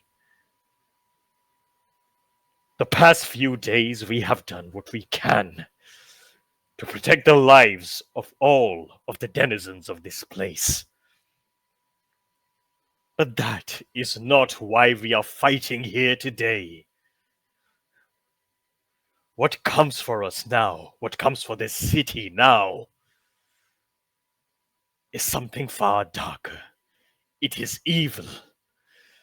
It is abyssal, this corruption that spreads. It not only haunts our lives and the lives of the people within these walls, it comes for the lives of all that live on these lands, that live in this world. We fight here as the first and last bulwark before these creatures can reach the mainland, before they can spread across the ocean, turning it dark as black. We fight now to protect those that live in all of the kingdoms and cities beneath. We fight now as a bastion of survival. A threat like this has not come for us, for those of us who live here as one, since the days of the Draconic Wars. Do you know why that is? It is because of our alliances, because we have stood together as one, because whatever threat we have faced together, because we all are the people that live in this world, and it is our duty, no one else's, above or below, to protect this world. And now I ask all of you, brave soldiers, all of you, to pledge yourselves, not to me or any cause, but to yourselves for survival, to the greater good against this oncoming darkness. Pledge yourselves for a brighter tomorrow, even if it means braving a dark day today. Now, and as he's saying now, you see at this point already motes of arcane explosions off on the west and eastern ends, as you can gather armies have begun approaching. And you guys look down your wall and you see, firstly, coming down like the front ends of the hills and out of the water, what you would initially think are centaurs, but they are much larger than centaurs. By much larger, like probably like at the very least twice in size to a centaur. And instead of a top half being like human-like, you see this dark brownish red skinned demon with burly arms, large horns coming off, fangs in the front of his face, on one arm holding up this big javelin of what looks like it's made out of lightning, and on the other arm holding up, like, different kinds of arms, axes, hammers, swords, with like long serrated tails swinging about. And you see a horde of these creatures, hundreds upon hundreds, and then you notice there might even be 1,000, accompanied by other creatures you had seen even along Gastile, like those weird mole-like creatures in the air, those rocks flying down. You see, as like lightning crackles against the rain and like the wind kind of begins to kick up, you see, coming on like the kind of like the northwestern end, this swarm of what are essentially giant flies, like bigger than a person-sized flies, essentially, like a swarm of them. Along the ocean side, you see like the ships and all kind of like tumbling against the waves, and you see these weird, partially fish-like creatures, kind of like clambering out of the water, trying to like clamber onto the ships. And this time, it's not just Splat or Cry. As lightning crackles, you see very similar. You're not sure if it's the same thing up in the sky, past the clouds. And looking around, it might not be alone. And as all of these things are kind of closing in, about way off in the distance from you guys, but like you see it glowing like kind of brightly against like the rain and like the storm. This large, burly demon creature, like humanoid in shape. Uh, you see big wings kind of coming out of its back, holding a sword made entirely of flame. A sword made entirely of lightning, while holding a whip made entirely of flame. As it echoes out, as he says, like as Gore says now, he almost gets cut off by this creature yelling in Abyssal. For those who understand, they just hear it go, "Charge! Take this city! Even if it is only for a moment, we shall take it all.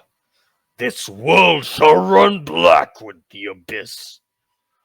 And as it says that, like Go gets cut off for a moment, and then he again looks over at that creature and looks over at all of you specifically, like near him, and he goes, like, just gives you an assuring nod and a smile, and he just screams at the top of his lungs as he just goes,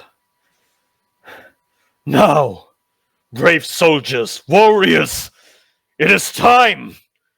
And you hear his voice shifting, like he's always been like, "Ah, my soldiers." Now you hear him like shifting to, "My brave soldiers, it is time to fight for what we believe in." And you see he begins to run up.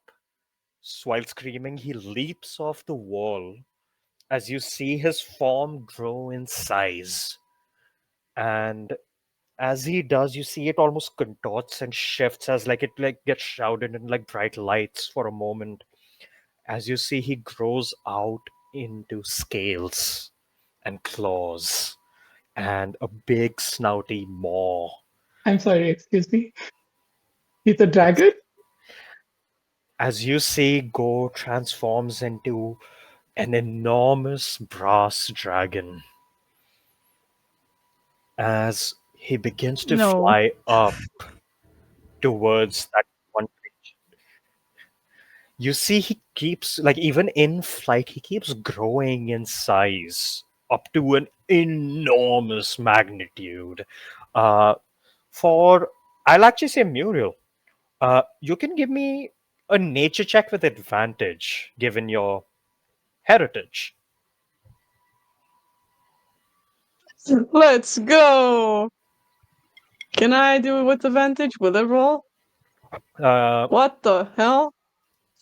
Wait, What happened? because it was There's a supposed to nat be with one. advantage. Yeah, so one Yeah, more that's a roll. not one. But first, Yeah. it was supposed to be with It's advantage. so Secondly, funny. it didn't even put my modifier again. So That's fine. It's okay. I don't know what happened. Please put my modifier, won't you? Okay, Okay, that's a 5 15 on plus a the 2, that's a dice. 17. 17. That's a 17. Uh, Yeah. yeah. I don't know why You it won't you see take this my. brass dragon, like Mm. you know that ancient dragons can often like change form into like different sizes and shapes. But when they're Yeah. knowledgeable enough. Uh, in this case, though, you just notice one thing. Even as he shifts into this enormous ancient brass dragon, that is for sure not his full size. You would imagine, depending on how old this person is and everything, his full size would probably be the size of like a small continent. What?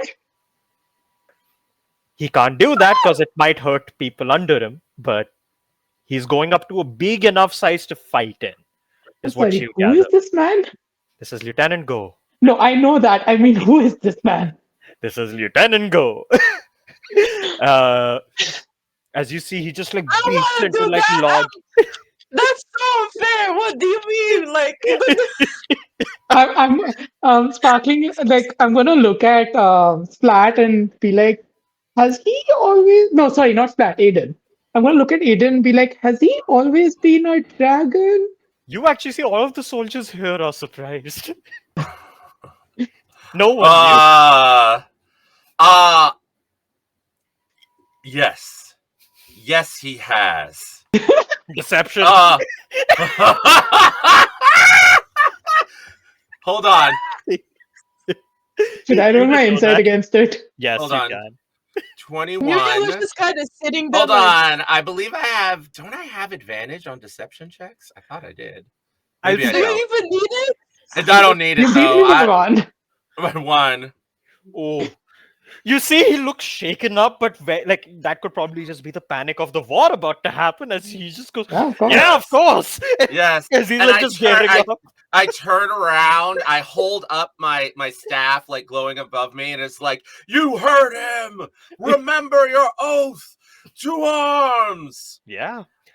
And from his speech and him charging into the battle as a dragon, first of all of you get inspiration.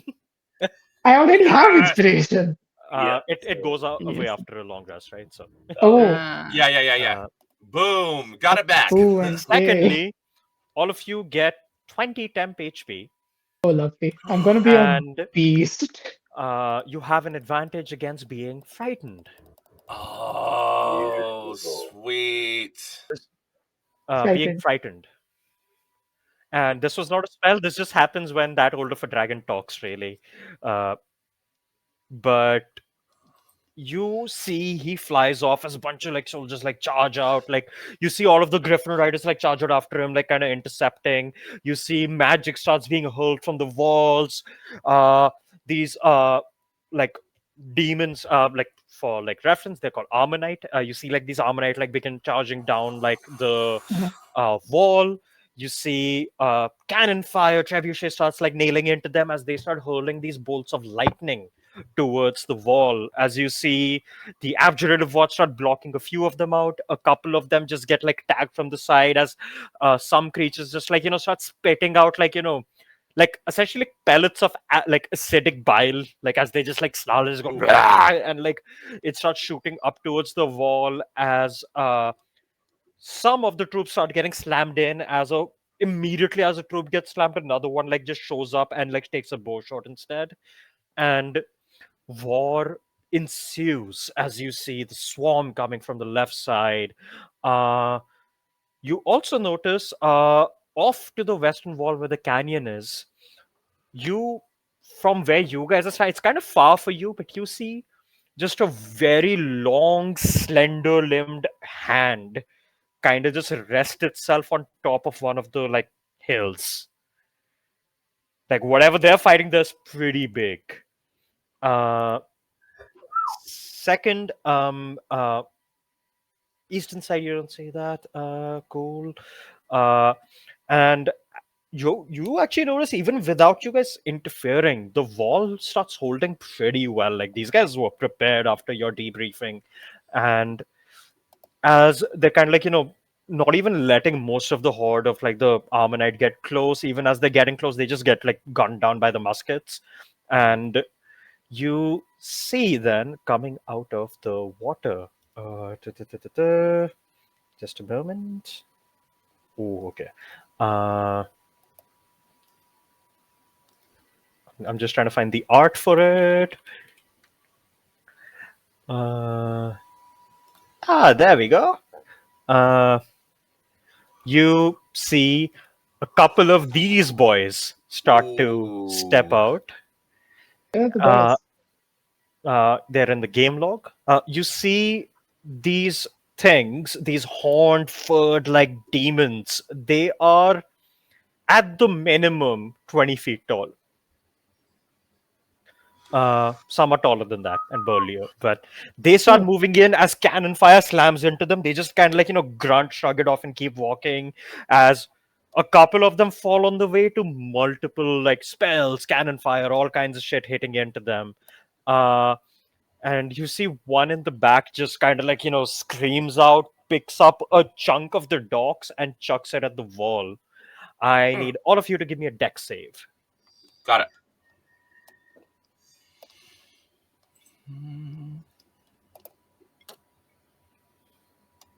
Ooh. That's no bueno. Well, Okay. I'm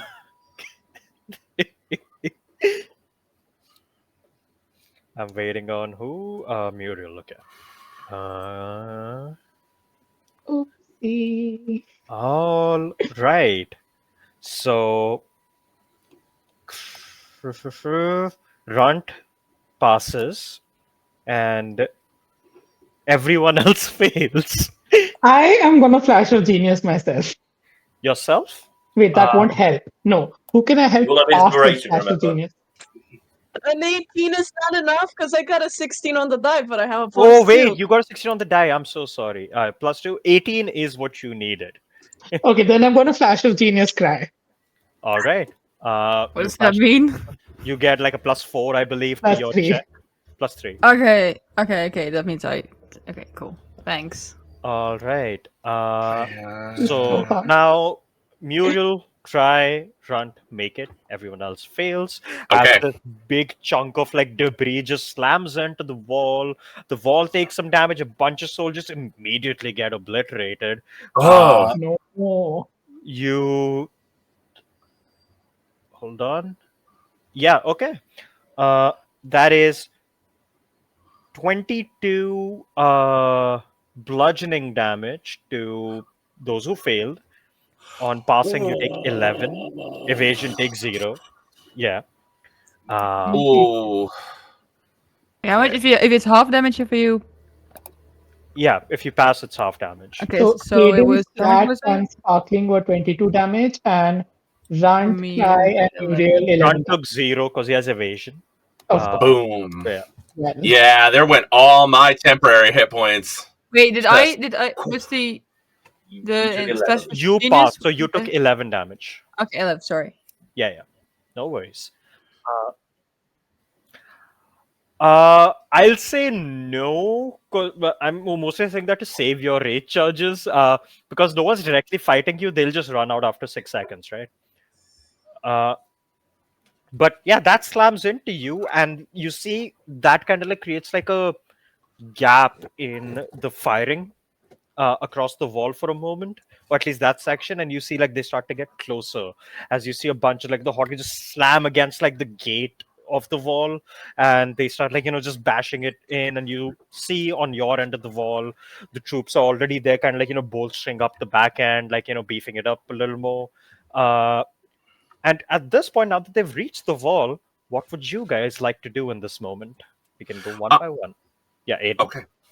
I am going to immediately start helping people up, start talking, start saying, we have to be strong, we can do this, we have to maintain, we're going to rally. The spirit of Emerald City is never going to die, and I'm going to cast motivational speech, so that those benefits hit all of the people that just had all their temporary hit points knocked out, like whatever soldiers survived, who barely scraped by. I want to re-bolster them up and the party as well. And I'm doing the level 5 version, which gives 15 temporary hit points and advantage on wisdom saves for the next hour. For sure. So anyone who lost their temp HP, you guys can like take that now, and you get like the benefit of the wisdom saves while you have the temp HP. So wait, how much HP? 15. 15. Thanks. Cool. I'm just checking. From the first one, Yeah. did we get advantage on saves against being frightened, or were we just resistant Frightened. to being frightened? It was advantage against frightened. Yeah. Yeah. And this one gives you advantage on wisdom saves. This gives you advantage on wisdom saves. Correct. Yeah. So it's like two different. Those two things would stack. Those- Yeah. The hit points don't. You have the frightened resistance for like an hour still, so you're good. Mm-hmm. As a reaction, when one of the soldiers went down, Runt would have created himself another soul trinket. For sure. Yeah. Yeah. The hordes hit the wall. This is a very tall wall, is the only thing, but the horde has arrived at the wall. They're being fired on right now.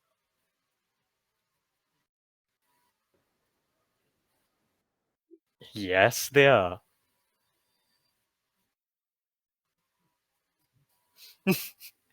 Oh, what's the range on comms explosion? I'll say you can take a bit of a risky move and try to like kind of hang off the side of the wall, and you'll be just in range. My rope is right there if you Yeah. if you wanted. All right. Can I grab onto his leg? Yes. So Okay. first, I need either an acrobatics or a sleight of hand from Run. Not from Run, from Splat. And then I'll need acrobatics.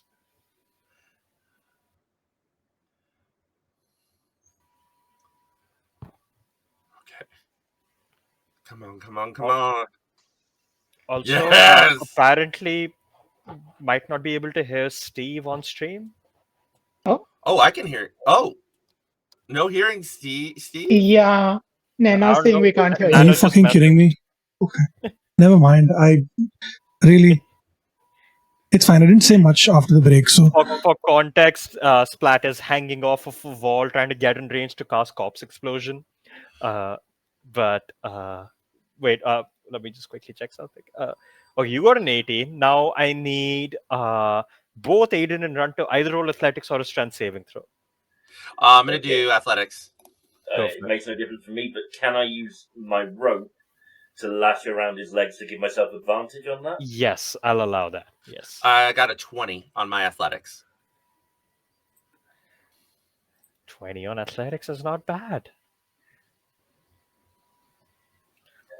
I got an 18.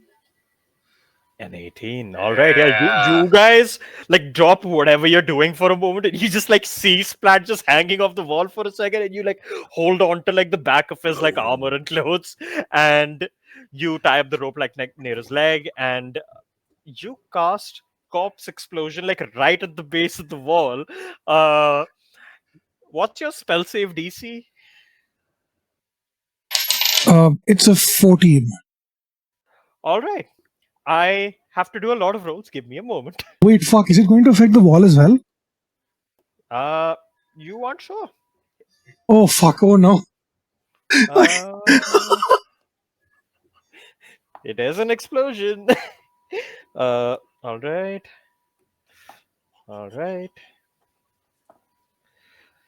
By the way, I'm not rolling for every single soldier. I am rolling a generalized battalion. I cannot roll 1,000 times for this. But okay, let me just note that. Cool. So you cast Corpse Explosion. Now all of the corpses near that corpse auto fail, obviously, as they just chain into it. And you see as one of the, like, just like dead Ammonite begins to kind of like pulsate as a whole and just explodes into bone marrow, viscera, shrapnel everywhere. And as that falls onto other corpses, they begin like that same chain reaction. As you all see, the base of the wall just has like this cloudburst of blood just going off in succession, just like across the entire battlefield of the wall. And because enough things kill even one person, that person dying will chain it further and it'll keep going. And you see it goes across the entire wall as That's Splat, you kill a lot of demons with this, is all I'm gonna say. Not that's Let's so because these fucking guys fucked are up. go. not very dexterous. Uh, and you see, like, and they're not very smart creatures either. They don't really get wise to what's happening. They keep charging in and they just keep getting like slammed by this like chain explosion. The chain itself goes on for like more than 6 seconds, like more than a round. And it like keeps going off and off and off. And now I'm gonna roll a d20, and this will determine the state of the base of the wall. Oh no. Steve? Runt's gonna look at Splat and go, and he wanted Molotovs? I. Uh, hmm. Splat's just watching this carnage, and he's like, "Fuck yeah!" And then he notices the wall shake. I'm assuming, "Fuck no!" So, guys, I may have rolled a 1 on the luck check. Oh, no. No. Let's go. Okay. This might be the last battle. So we're fucked. These explosions go off as you see cracks begin to appear on the foundation of the wall.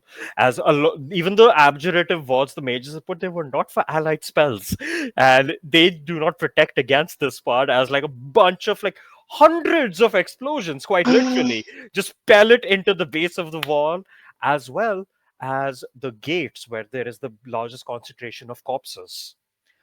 And yeah, no, on the one, yeah. You see as these explosions go off, the entire gate shatters and just breaks down. As that happens, you see a chunk of Armonite and other demons begin to like charge their way into like the causeway essentially of the gate. And Mhm. all of the troops, the battalion waiting down there, just like form a quick phalanx and like hold on to that line. But the gate is breached, and these guys were not ready for a full centaur charge down the causeway. I don't And think anybody was. No. you guys pull Splat back up as that happens. You did kill a chunk of troops, Splat, but there was a downside. That's all. Guys, I think I fucked up. Oh, you fucked up. Oh, you think? uh, I couldn't have realized, I'm sorry. I was Uh, excited to use it. I've never used it before, and it just. Hey, But you it's a can't choice. explode a wall. Question: is there a pathway cut I mean- through the army? no. Corpses everywhere have blown up into viscera. There is a horde approaching. You've taken a chunk out of the horde, but it's very scattered. Like, those who died. A bunch of them took the explosion and kind of like, are very wounded and kept moving. Some of them were too far to get hit by it. And like the charge is essentially continuing, and it's more that they got a passage in. This is. You know what? Yeah. I'm going to look at Sparkling Cry.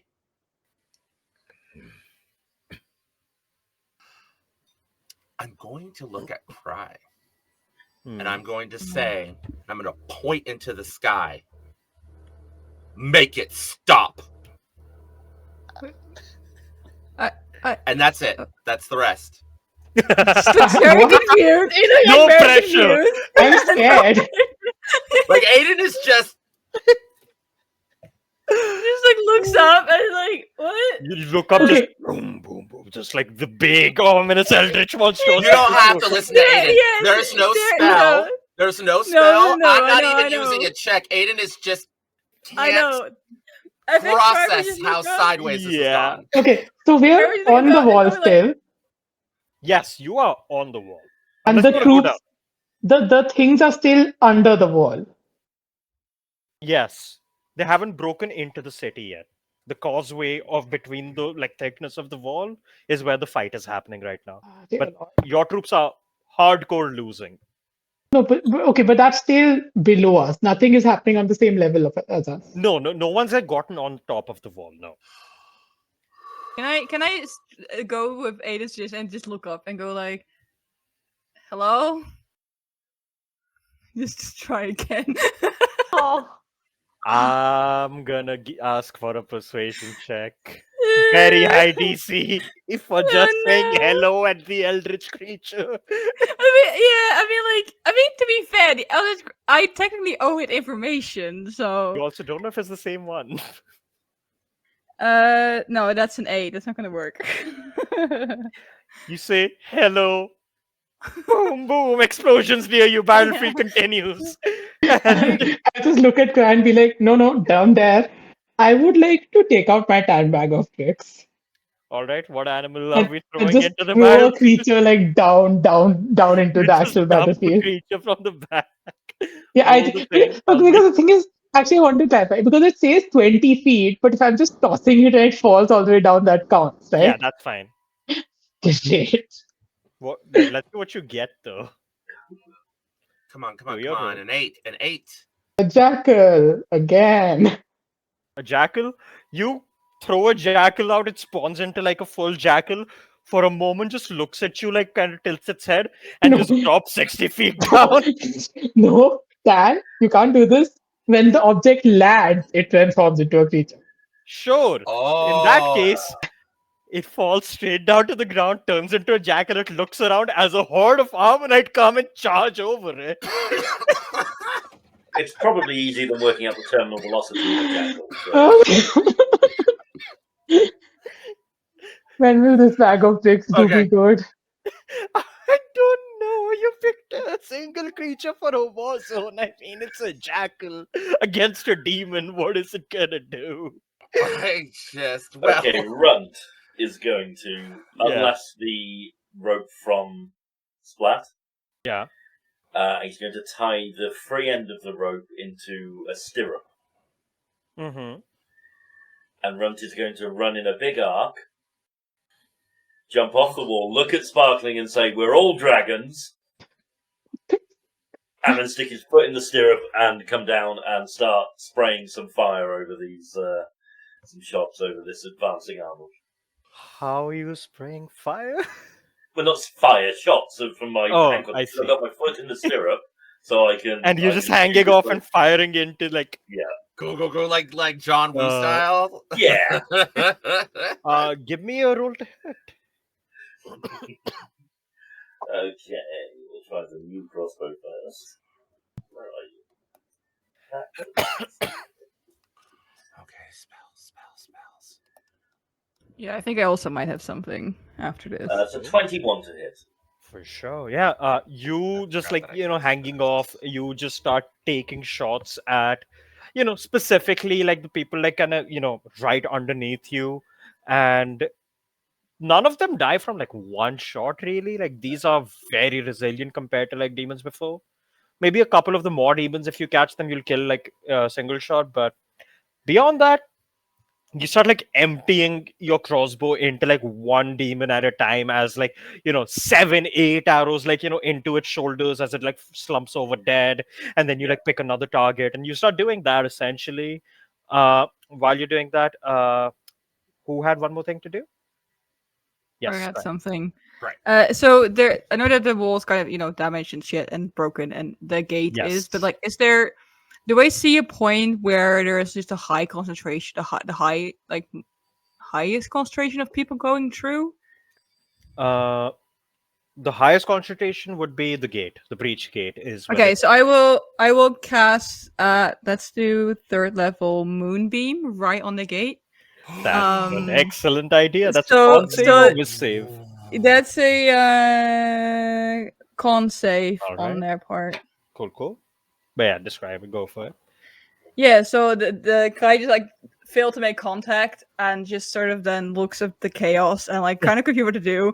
And we'll just like hold the shield out towards the gate, and from the holy symbol, like like just moon ray, like moonbeam comes onto them. You At the literally like gate. spotlight them in front of the Yeah, gate. spotlight. And Yeah. you see as they start like charging in, they roll me like just damage for like taking the average then. Yes, I am doing as Yeah. such.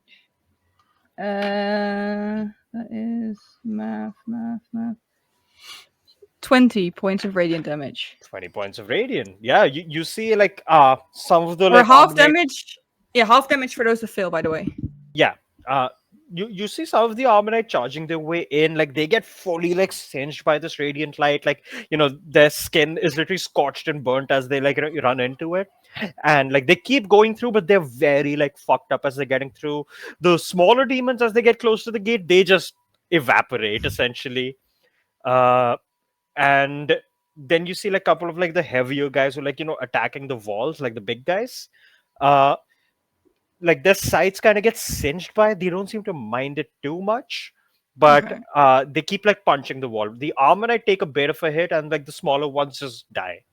So Okay, that cool. does give some breathing Yeah, and room that to your troops. But yeah, yeah, that does stay there. So I think it's whenever they enter the area. So yeah. if the troops that keep coming through, they kind of keep Especially taking because the damage. causeway is essentially like causing like a traffic jam, essentially. So like people Yeah, getting stuck yeah, there just keep getting burned.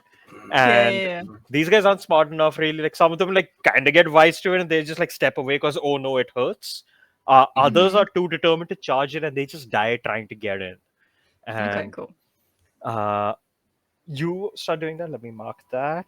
All right. Then also cry. Give me a perception check. Okay. Perception 19. 19. You look around like this, raging battlefield, and closer to the wall, like you see like somewhere up there, like Gore has flown up and he's fighting like these bigger like threats essentially. Making sure like all of that like lightning business you saw in Gas Tile, that isn't like coming down on you guys yet, because it seems that Gore has gone up to like interfere. Okay. But you also notice while he's kept them busy, these guys are still getting orders. And you see Ah. this weird like I do not have an image for this, but you see this weird like decrepit like humanoid figure. Like parts of his skin are charred, parts of it is like just like malformed almost. And where it's malformed, you see just like an entirely different set of eyes and stuff there. And it's kind of like just even though it's flying in the air, it's almost like leaning onto what looks like a spear. And it has these big dull grayish feathered wings, and it's like talking out loud, and you understand this cry. It's Oh. talking in celestial. I don't And think I speak celestial, but wait, what? wait, maybe I think. Oh, you I don't? Never mind. No, I You don't. understand this. I don't Hope think you I could. did. No, I think I couldn't pick it. That's the problem. I only had very limited. For some reason, when I made my character, I Oh. got very limited. So maybe that's why. Let me go check real quick. See, Because I I'm would. gonna I wanted. say- I wanted to pick celestial, but I don't think it let for me. the sake of your backstory, I will say celestial because of who taught Okay. you. Yeah. That makes sense. That's why I wanted to pick it, but it didn't let me. Yeah, for yeah, some no. reason. For you, I find that's different. Yeah, no. In that case, you Yeah. for sure, you celestial instead of like undercommon. Yeah. Yeah. It's not on my list, I think. But okay. but Yeah. you hear it just say, This city still glows with the same light. I hope we can snuff it out. Look at them panic with just the slightest hope being diminished. And you see, he's like almost talking down to the creatures coming out of the water, as it's just saying, the gate is a weakness. Push their yes. Make them squirm. And while that happens, your larger brethren shall break down this wall, and I shall cleave the heads of those who stand on top of it. Leadership hates it when its head gets cut off. They'll pay. And you gather just off of that, like, A, it knows Celestial, which is weird, and B, it is intelligent. Like, enough to, like, give basic tactics at the very least. How far Yeah. away is it? It's like from 100 me? feet from you. And how big is it? It's Roughly? about your size. Just, like just slightly, humanoid. yeah, like size. slightly bigger than you, probably like 9-10 feet at max. But It's kind of like a weird dark angel of some kind. Right. I'm gonna just look at it curiously. I just keep staring at it. Just trying to figure out if like it keeping keeping my eyes on it definitely to see what it does. I want to try and like analyze it, and if it says anything else, try and figure out if there's like patterns to what it's saying. roll me a religion or arcana to analyze it. Religion. Oh, that was almost good. It's a 10. 10. You notice one thing, which is as all the things are like coming out of the water, it's giving them some kind of a magical enchantment or a buff. Like it seems to be casting a spell or magical effect on them as they're coming out of the water with its words. You don't know what it is, though. It's too far away for me to do something. Okay. But you do know what that is. Yeah. I will relay that to the rest of it, sort of like point at it and be like, that's one. That one needs to go. All right.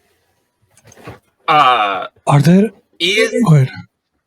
Is there enough room on the ramparts to close? Or is it out 100 feet? It's out 100 feet. Like it's in the air in the middle of the battlefield. Okay. Things. Gotcha. Okay. All right. Can anybody cast fly? Hold on a second. I'll also remind you guys, you are surrounded by artillery. Did someone say fly? We're surrounded by artillery. Okay. You have cannons and shit, right? I am immediately going to start barking orders to target that creature. I want a full bombardment.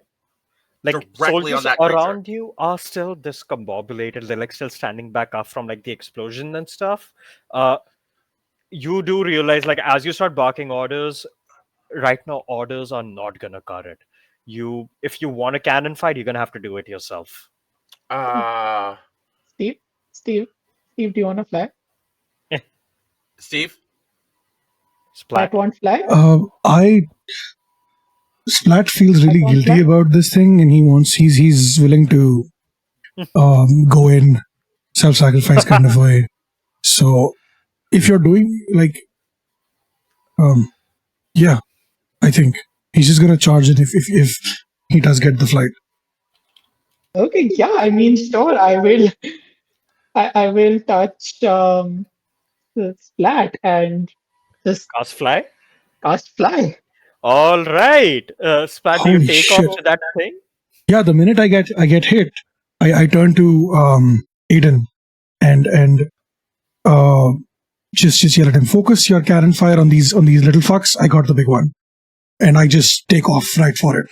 And while I'm rushing to it, I'm going to cast. I'm going to rage as well with my hammer out, both fucking hands on it, and ready to just smack it in the face while I'm rushing to it. You suddenly like take flight off the wall, like the broken ramparts you were on, and as you're flying, you go into like this rage. As for you, rage is very different. Like you see like this magical essence begins to like surround you violently. This like necrotic energy shrouds out from like your legs, and your hammer lights a flame. As you start flying towards this creature, it notices you coming. Like it's like 100 feet like of a journey. It sees you coming, it turns to you, and it just goes looking at you in common. It just goes, ah, a volunteer, perfect. And it turns its spear towards you, and you fly right towards it. It takes a reaction as you get into its range and stabs you first. uh, I would assume a 30 hits. A third. Fuck. Okay. I rolled well. Maybe I shouldn't have given him fly. Yeah, maybe. uh, you see as you're like kind of flying towards this with your hammer up, you leave your like chest open essentially, as he just goes and plunges his spear into your gut. And you take well, firstly you notice like even as it like stabs into you, the shaft of the spear like swirls with this like green and gold light and energy as it like flows into the blade and into you. As you take firstly 18 piercing damage. Okay. Huh. You're raging, so that gets half to 9. Uh, and secondly, you take 20 necrotic damage and 15 radiant damage What the fuck? Oh no. as it takes its reaction against you. It said And 50 or 15? 1-5. 1-5? Yes, I'm Still 50. no. slightly regretting my actions. Uh, Oh god. but Oh, you get stabbed as he pulls the spear back. You see like bit of like blood kind of like spilling out, makes you buckle over, and you kind of look up and like grit your teeth and you go for a swing, I would imagine. Oh yeah, definitely. Great But job, first, team. before I go for a swing, I'm going to use a bonus action. I'm gonna Yeah. reach into the wound that he made, and I'm going to reach into the blood, and I'm going to flick it at his face, and I'm going to cast Bane on him with the blood. Ooh, charisma save, right? Yeah, that's a 14 save, which at this I think he's going to save, but it's worth a shot. He makes. I rolled on 14 on the dice. Like, Fuck off. I can get 2 more dudes. Is there anyone else in the vicinity who I can get with the Bane? It's like 3 people, right? yeah. I'll say you can grab a couple of the other demons flying in for sure. Okay, great, fine. So I get 2 of them, at least something somewhere. All right, and then just look at him right in the face and say, fuck, I'm trying to think of something badass. I might have volunteered for this, but I might have volunteered for this, and people will remember my name. But by the time I'm done with you, no one will even you will not even be part of anyone's memory. And I'm gonna swipe him in the face with my hammer.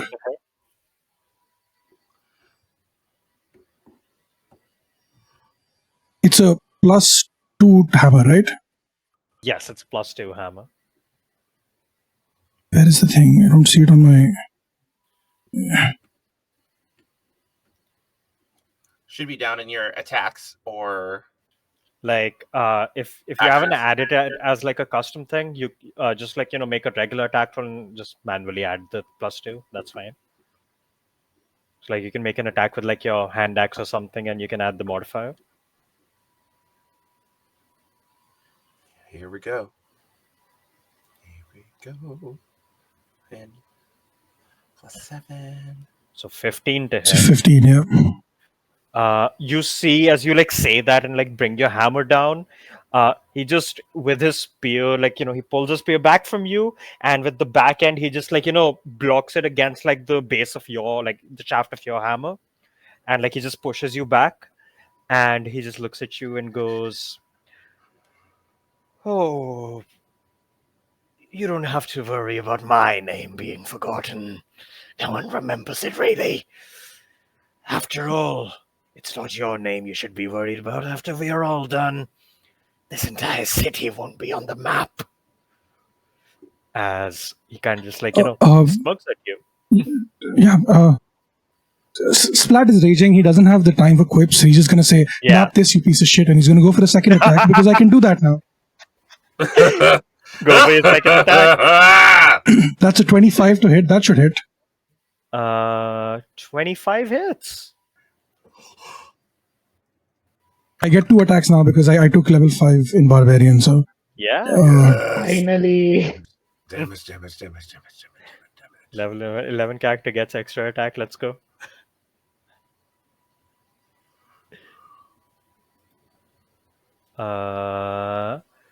So. Oh yeah, you're doing the damage rolls. Cool. 7 base. plus 7, so that's 14. Plus 7. Let me just. Yeah, strength plus proficiency, right? So that's 3 plus 4. Yeah. Yes. So 14. Shit rolls Plus though. your rage damage. And rage damage would be 16. Oh yeah, plus 2 rage damage.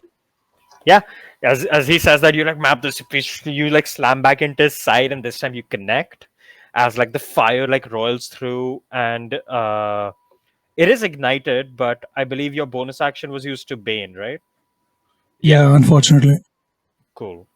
Then it slams in. Oh wait, you didn't add the extra d4s. Like you have to add 1d4 fire, 1d4 radiant damage, right? Oh, I thought that was only if it's. Oh, okay, cool. Okay, so while okay, yeah. it's lit up, it does that normally. Then a bonus action adds another one of those. Oh, that's cool. Like it's a war. If you got like one-time use things, it won't really be helpful. Yeah. Okay, so 2 radiant and 2 fire. You see, he is resistant to radiant, so he takes 1 radiant and 2 fire. I fucking knew it. I called it. I fucking called it. He's raging, but Splat calls it. Cool. But yeah, you like slam in, do a bunch of like damage as he kind of like he like winces slightly at that and like looks over at you, and will now actually like within that same moment take his turn. Oh, they're too far away. Wait, I have a question. Yeah. I also have a question. I have a 25 strength. Can I roll up on one of these long-range ballista, go over with my big muscly arms, swing it around, crack, and directly fire on the angel? You can. It will be roll-based, but yeah. Yeah, I'm doing it. It'll be an athletics check to turn it over to the angel in 1 turn. All right. Okay, I also have a question after this. For sure. See the athletics, and then roll the athletics. Come on, baby. I got a +9. 21. All right, yeah, you turn it over. Now I need an attack roll. Because it's a siege weapon, you can use strength or dex. I can use strength or dex. Excellent. Yeah. I'm going to use strength. And that would be a total of +11. I'll do it as an unarmed strike just to keep it simple. 17. I don't think hits. May I spend my inspiration for another roll? Sure. Here we go. Come on. 20. 29. Nice. You see, as he's like, in the middle of his like exchange with Splat, he's like, pushing Splat back, and in that moment you find enough of a gap between them that you see a clean shot, and you can like through this fucking rain and like thunderstorm, like crank back this ballista and like slash at the rope on the side as it just goes like this huge bolt goes flying across, and he sees it coming. He tries to like parry it off, and it just goes straight into like around his side essentially, as it like just creases through and like cleaves a chunk of him off essentially, dealing Holy shit. 36 piercing damage. Wow, nice. Good call.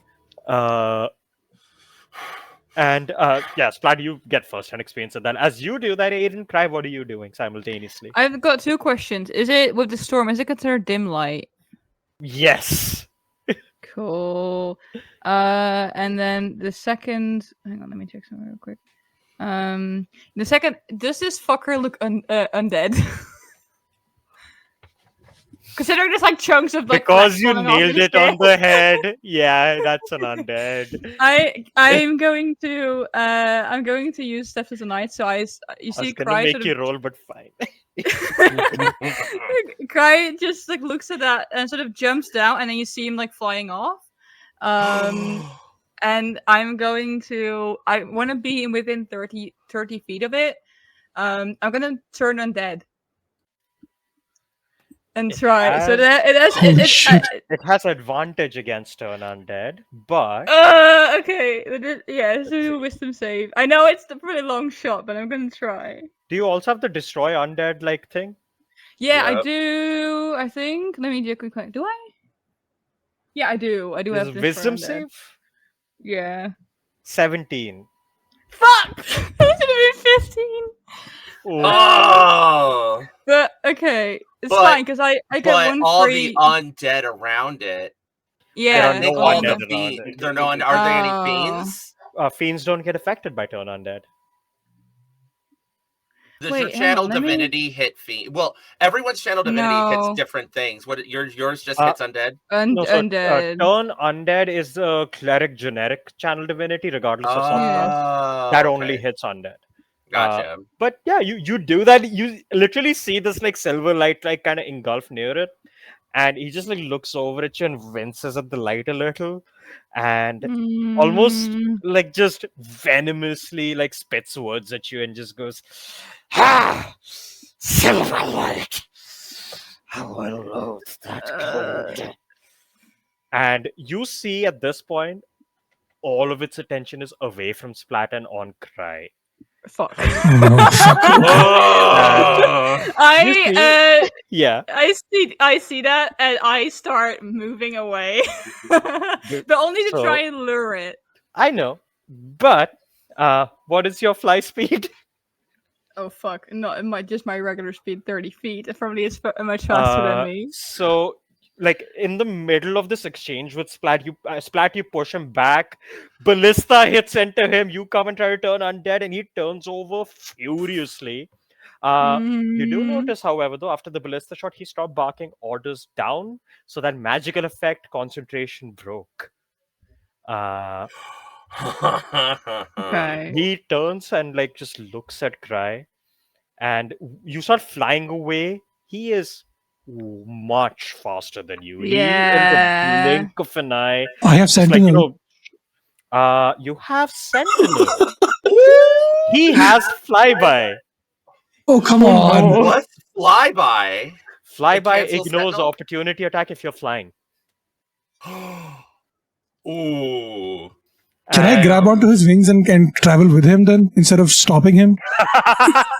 Uh, I'm gonna say, you know what? Roll me a dexterity check. Let's see if An you can grab him opportunity that quickly. an opportunity grapple. Yeah, like you know, what, give me a dex check to see if you can put him on. I got a 19. Come on, come on, You come on. grab onto him, and in the blink of an eye, he's Splat. He is much stronger than you.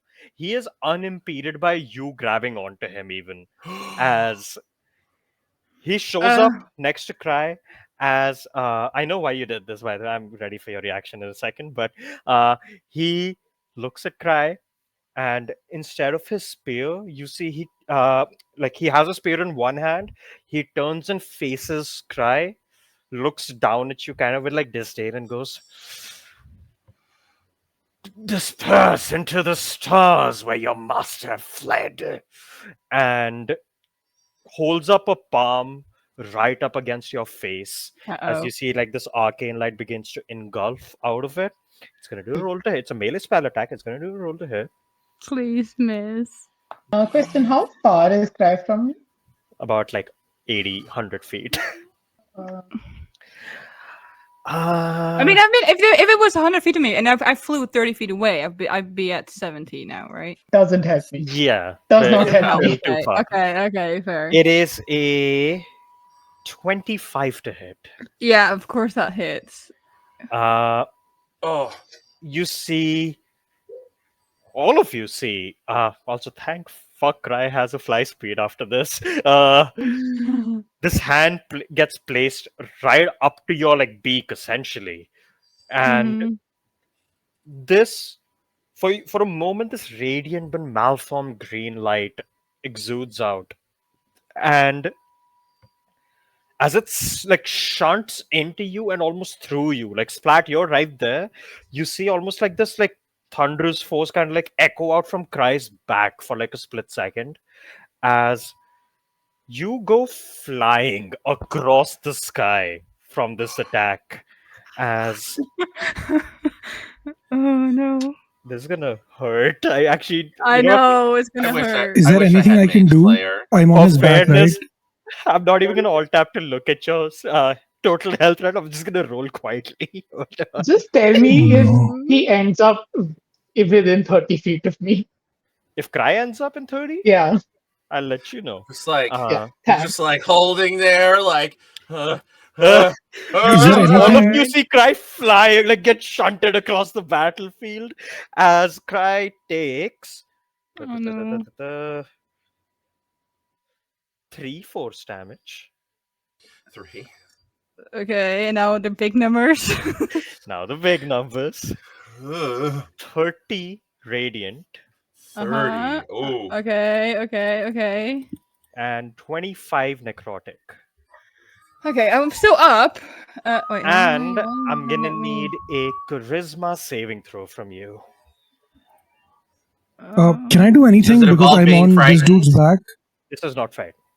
Okay. I'm on Is this it- dude's it's back, not right? wisdom, it's charisma. Could I okay. potentially do something Sentinel attack? to not sentinel? I Oh. mean, sentinel. Let me check. No, I thought that was something. Mage Slayer that lets you respond to spell casting and opportunity Yes, attack. that's Mage Slayer. No, That's that's Mage also Slayer. Do you what have Mage Ashton- Slayer? I have. I have all Me? kinds. No, I don't. Sentinel lets you still take a free swing at someone who attacks an ally, right? In melee. Yeah. Oh, if I do hit, can I? Well, let's see if it hits first. Then. Are you just trying to swing though? Yeah, if he hits Cry, then definitely I'm not just swinging. I'm For taking sure. his head off. With a hammer, yes. Yeah, and That's I'm exactly what reaching for the next metal bolt and Yeah, slamming you're it just in. loading up again. Like, because I have no other choice. Right, Let what me was put your these charisma muscles to save? good use. 16. 16 on. fails. No, I figured it. I figured it would. Is Cry As- close enough for a flash of genius, or do you have? I will say, as you go flying, you are in range. Are you using a flash of genius? I'm trying to assess whether the flash of genius is more important or the salvation and pain. But given your tone, I Your think the flash choice. of genius. Is it flash of genius then? It'll be the That's a flash of plus genius. 3. Yeah, that's 3. 19 makes it. Okay. Teamwork makes the dream work. Okay. For a moment, see your vision get blurred, and instead of like the sky around you, you see an endless ocean of black.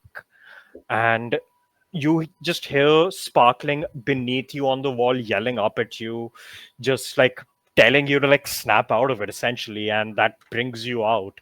And I'll say with like the spells you have like prepared, even you would know that it was about to essentially banish you to the abyss. Oh, thanks. God. Okay. Fair enough. Yeah, I've been okay. but yeah. I imagine like I go flying across and I'm to catch myself because I'm flying at one point. Yeah, you kind of catch yourself like bloodied Yeah. up. Meanwhile, like you see, like Splat was trying to get like a pot shot in, like from behind on this guy, and he, without looking at Splat, just like parries it with a spear. Yeah. And yeah, so try you Um, fly back at anything you're doing before. Yeah, so I'm thinking because we're not in initiative yet, so I'm trying. And a lot of my spells have like a We're in 1 minute like soft duration. initiative, yeah. Yeah, but this is like a 1 minute duration, so that's gonna Uh, not work. I will say, like right now, you're still like actively engaged with the creature. So if it's like a minute duration, you can still effectively use it. Yeah, but I want it to last throughout the battle. Yeah. So for that, we need to have to be an initiative. I'm going. What am I doing? I'm flying back to the wall. I catch myself, and I'm like, oh shit, and I just to go back to the wall, just to sort of like catch my Yeah. breath, and stay there. I don't think I have anything that I can do right now. But it's closer to us now, which means that might for some people might be in range, which is what I wanted. It is very much closer now. Okay, And, cool. Yeah. How far exactly would I we? will say. By the way, when I get back to walk, I'm gonna heal myself for something. I have to figure out what I'm Go gonna for do. it. Yeah. Yeah. Oh, What and it was just that? blew through all your temporary hit points.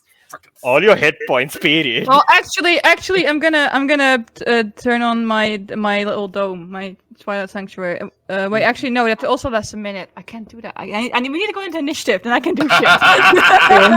Same. Well, I gotta heal myself. It's fine.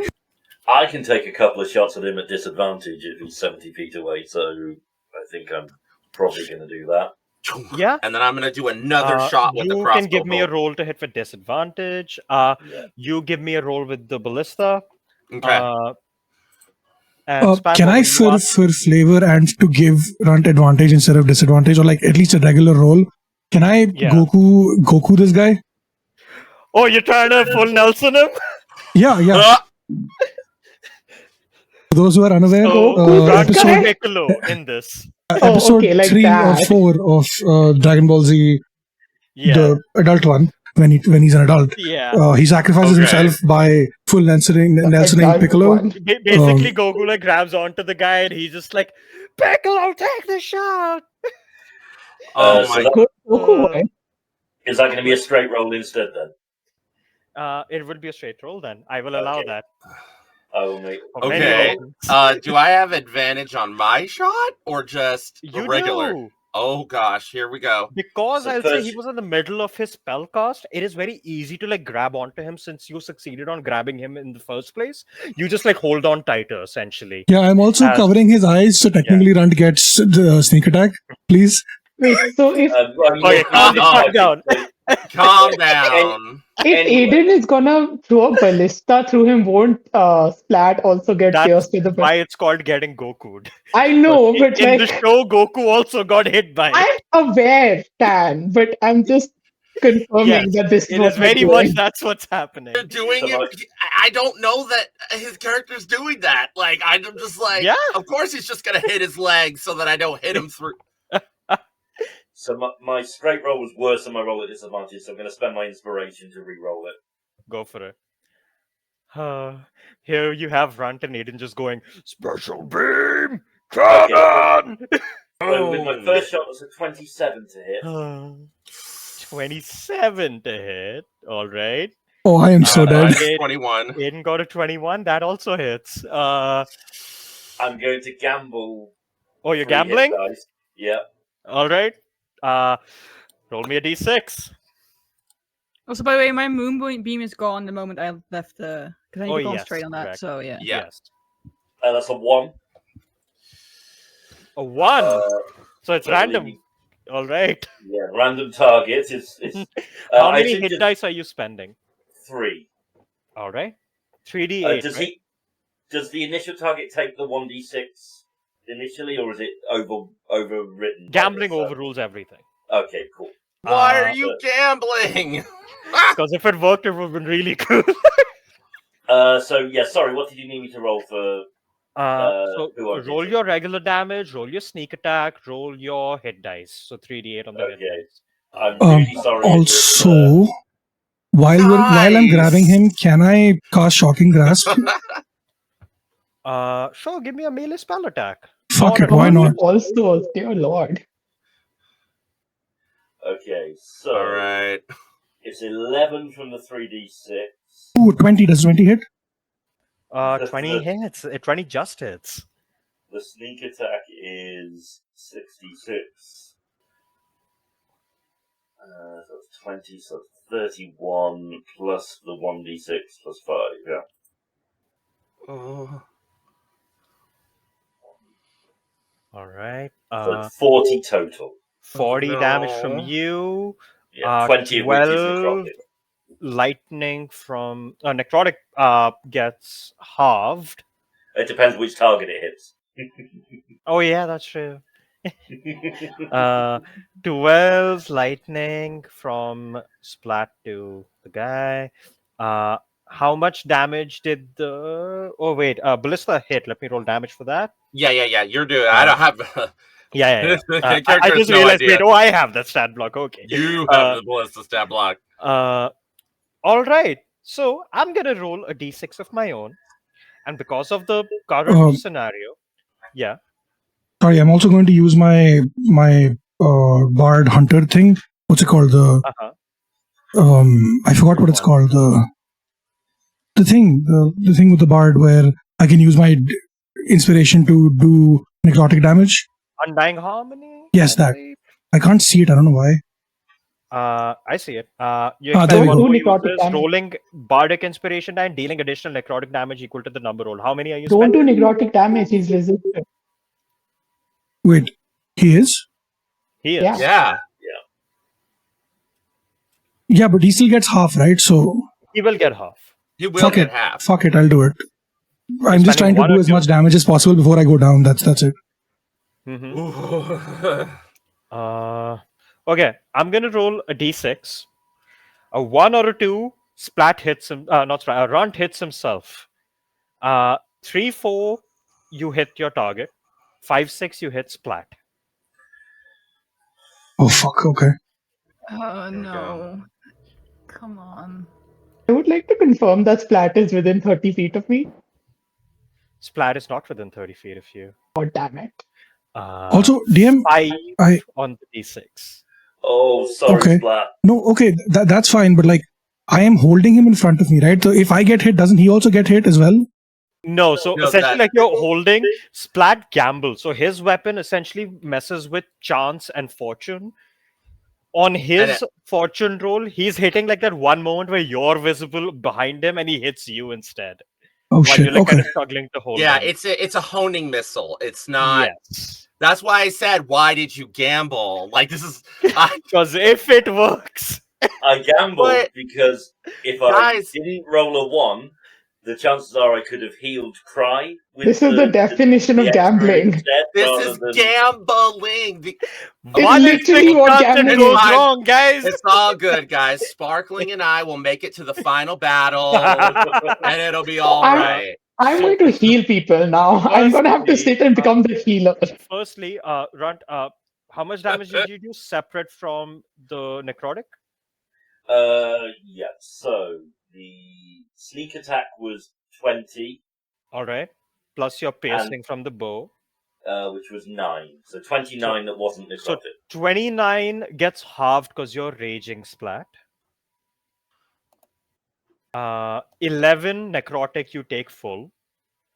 And as you kind of get slammed in on the side for that, the ballista shoots through, dealing 41 damage. As you see this ballista bolt flies across, slams into the guy's like chest, essentially, through his back, hitting into Splat, who also takes 41 damage, which gets half to 20. So that's 15 plus 11. We've all plus made some 20. choices here. Yeah. As now, Splat, because of the situation, because you were raging and kind of held on, both of you are essentially shish kebabbed with the bolt together. I want to cast.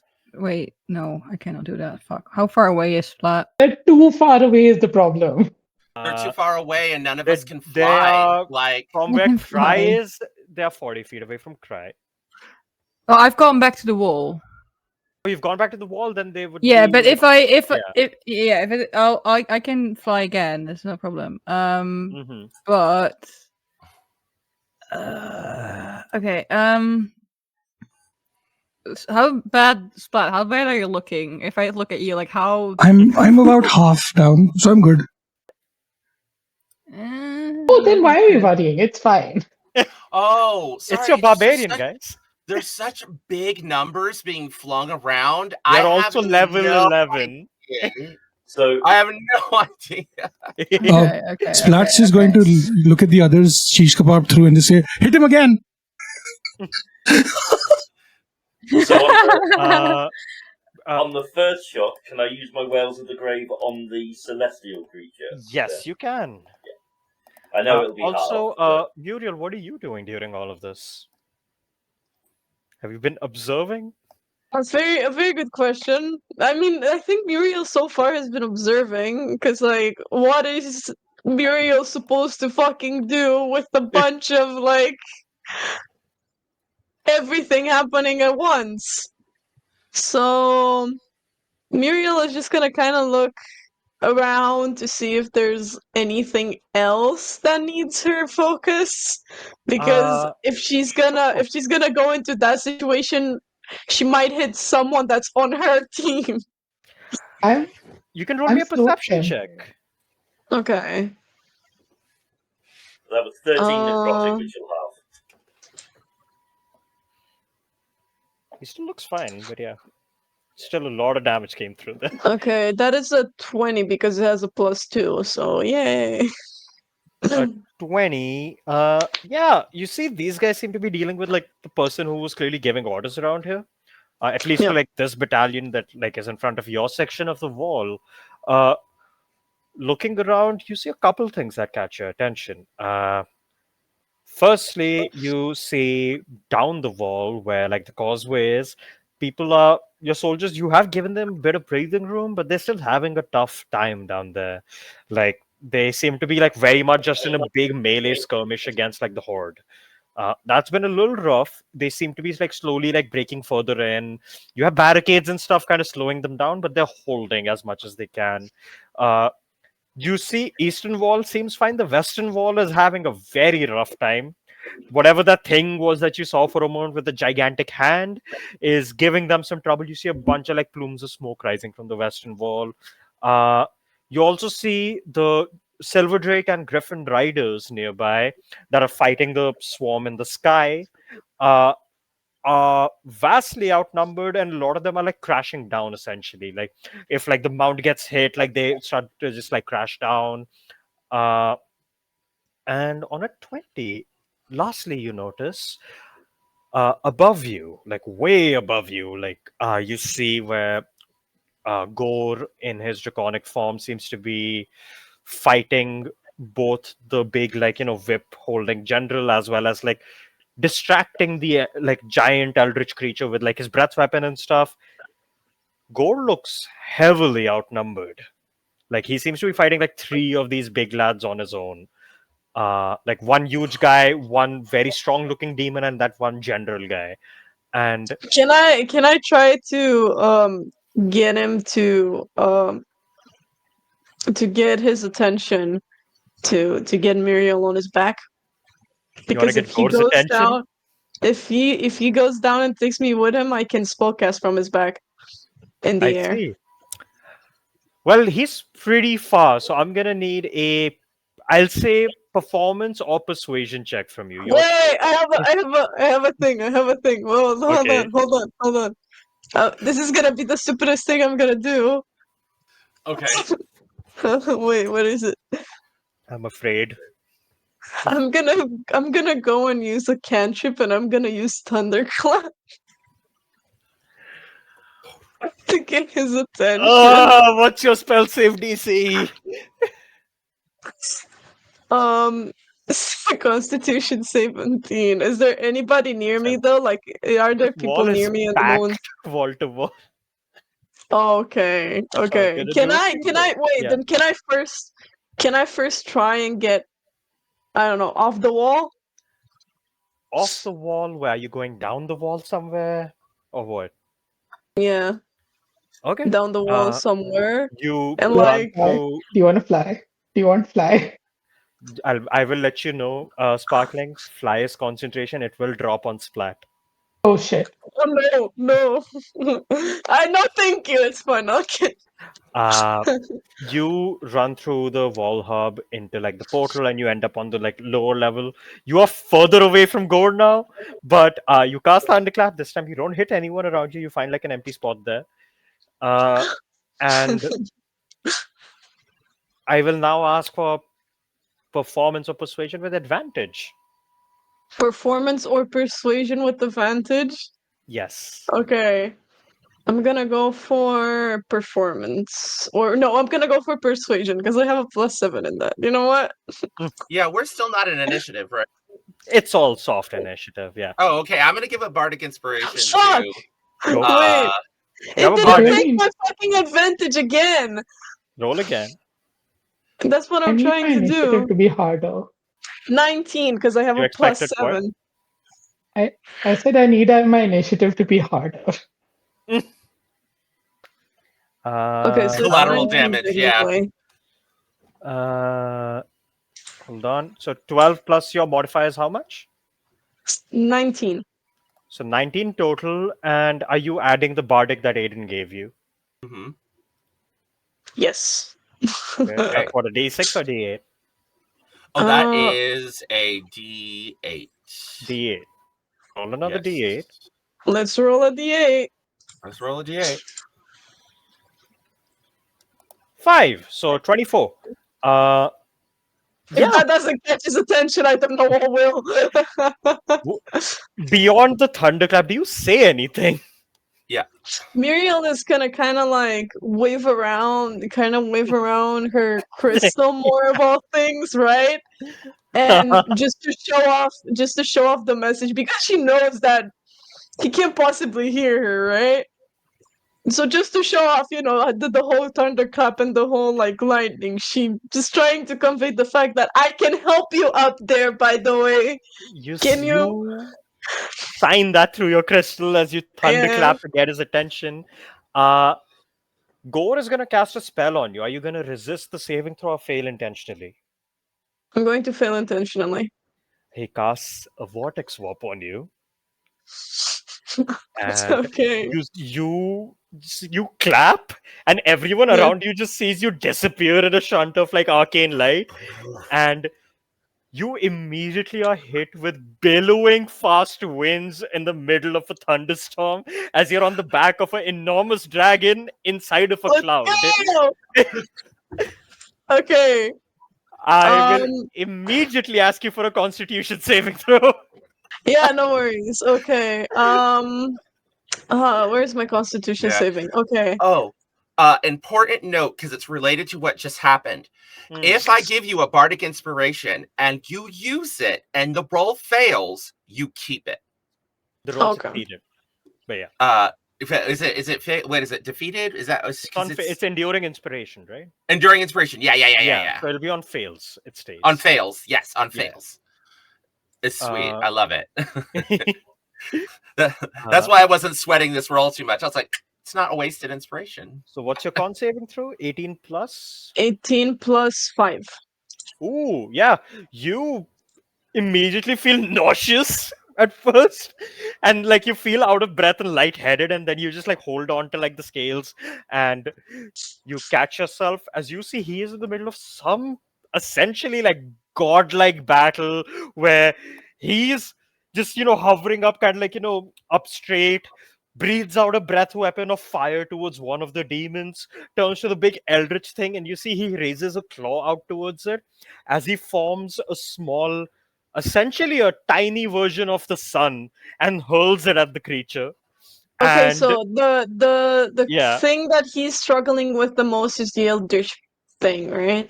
I think. it's more so that he seems to be struggling with the numbers difference. There's 3 things he's fighting. Okay. And the 3 things he's fighting. Okay. Which one looks the most damaged?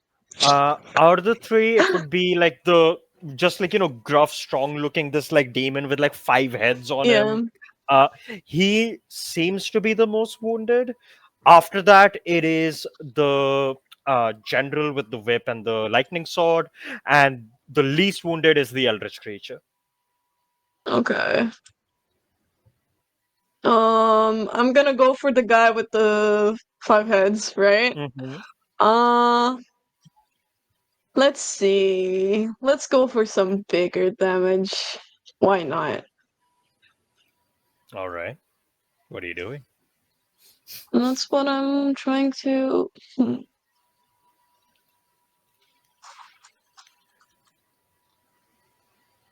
Oh, okay. I know what I'm gonna do.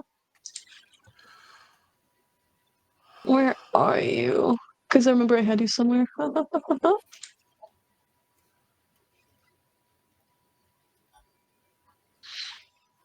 Okay. Um, how are these guys lined up? Uh, the whip guy and five heads guy, they're kind of like clumped up together. They're not very large. The eldritch guy is kind of like off to the side and is just immensely big, and it's just like Okay, floating there with his hands out. I'm gonna do this. I'm gonna do a very nice line from them to the eldritch being of a lightning bolt level 3. Okay, so for that, Gore is gonna have to kind of position in a way that the line shot can happen. So I'm gonna roll for him to see how Okay. good of a shot he can get, because you can't really Okay. move on his back. So, Yeah, true. all right, yeah, no.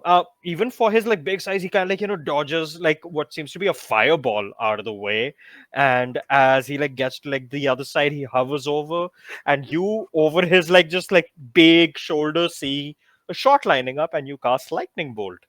Uh, Okay, the dexterity saving throw is 17, and I'm gonna roll for damage. all right. Uh, well, the big guy doesn't really have dexterity, so it's probably gonna 32 waste. damage. All right, 32 damage. Uh, okay. You see, the whip guy is immune to lightning. The five-headed guy with the 32 on lightning, you see as the lightning flashes through, you just sear a hole through his chest as he just starts to like a smoky corpse begins to plummet down from like the clouds. And you the lightning like arcs over and shoots into the eldritch creature, who you see like the part of its flesh that you like burn away, essentially like it's scorched there from the lightning, but it doesn't really seem to mind it too much. Like it took the full damage, it just seems that it's going to take a lot more to bring something like that down. But yeah, you did take that one lad out, and you just hear go just like his mouth just slightly opens, and you just hear his voice echo out. Yeah. I appreciate the help. He seems like messed up voice in the middle, out of breath. He's just like, thank you. No And worries, no worries, because I am not done.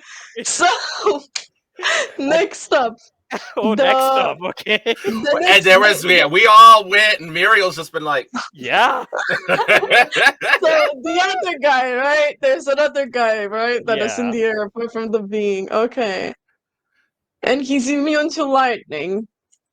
Mm-hmm. Okay. I'm gonna go and try some frost, and I'm going to cast Dragon's Breath on myself to be able to spew out frost. All right. That is for the dragon's breath itself. That's a con save or deck save.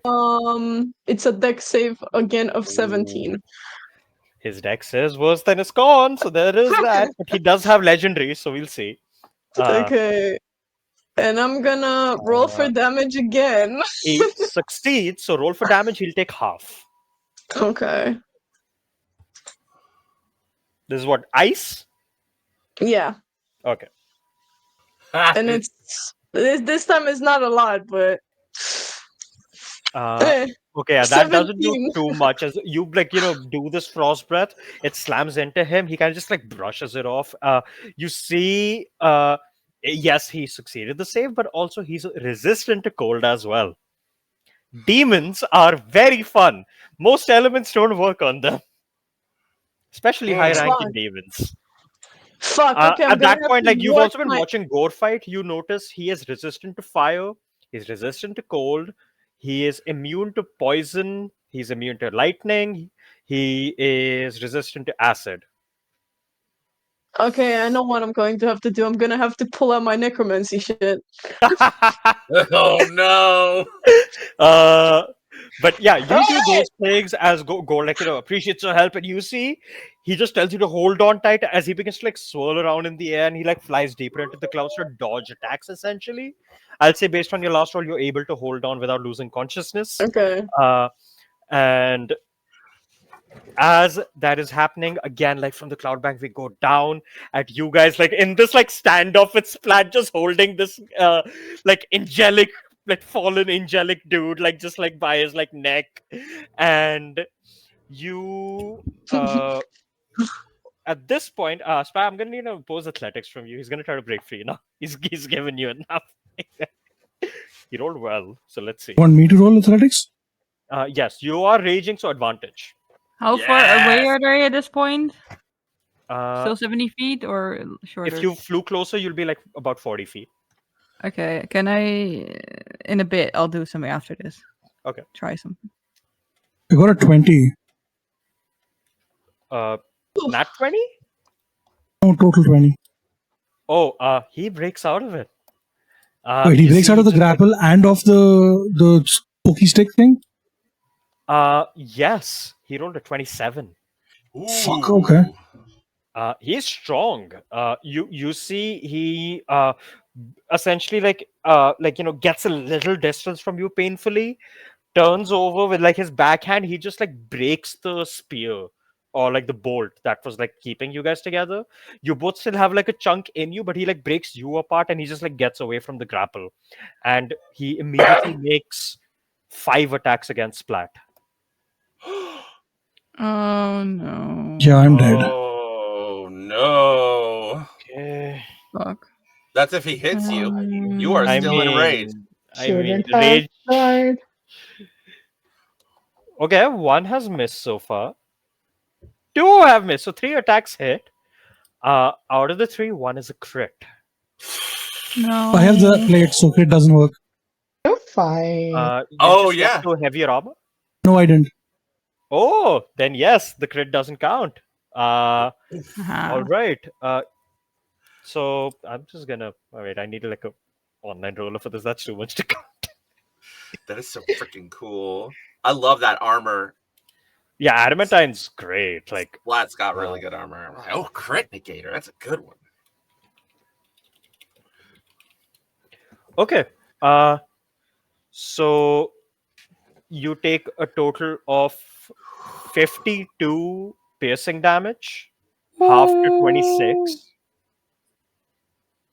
You take 18 radiant damage Fuck. and 29 necrotic. He's there. That's This- down, isn't he? It's almost like this Yeah, was I'm like down. a boss that someone started 1v1. Okay, wait. How much Just be negative glad- are you at, Splat? Just be glad 24. fly or negative 24. 24. Okay, I can try and fix Wait. that. Again, I just need him in 30 feet of me. He is not right I now. will It's like if he goes. Is he like because a sparkling casts fly on him? Does it mean that he stays suspended in the air? no. So that's the It thing. means he Fly falls. grants you the I'm- flight speed. if I'm you're dive unconscious. right after him trying Yes, to I catch. was getting to that. You pop out of your rage, you go unconscious as all these hits like land into you. You see he's about to cast another spell on like your unconscious form, but you begin to fall. And as you begin to like, just plummet down, Cry, you notice right beneath him is just a horde of Ammonite charging. Like he'll just fall into a Yeah. stampede. I'm gonna need, well, if you try and fly towards him, I fucked your up. I choice. fucked up so hard. You can Yeah, roll we know. either an athletics or you can roll like an initiative check to get there in time. And Can I? Okay, on initiative check, can I? I have a thing that I can give myself advantage. Can I use that? which is what? Enhance For, ability? no, vigilant blessing. I can give myself advantage on initiative rolls. You can do that for sure. Cool. And Okay. I'm gonna roll for essentially on the side of gravity, and you have to roll above this. Okay. Oh, you have to Oh, no. roll above a 16. I rolled 22. Oh, Let's go, cry clutch.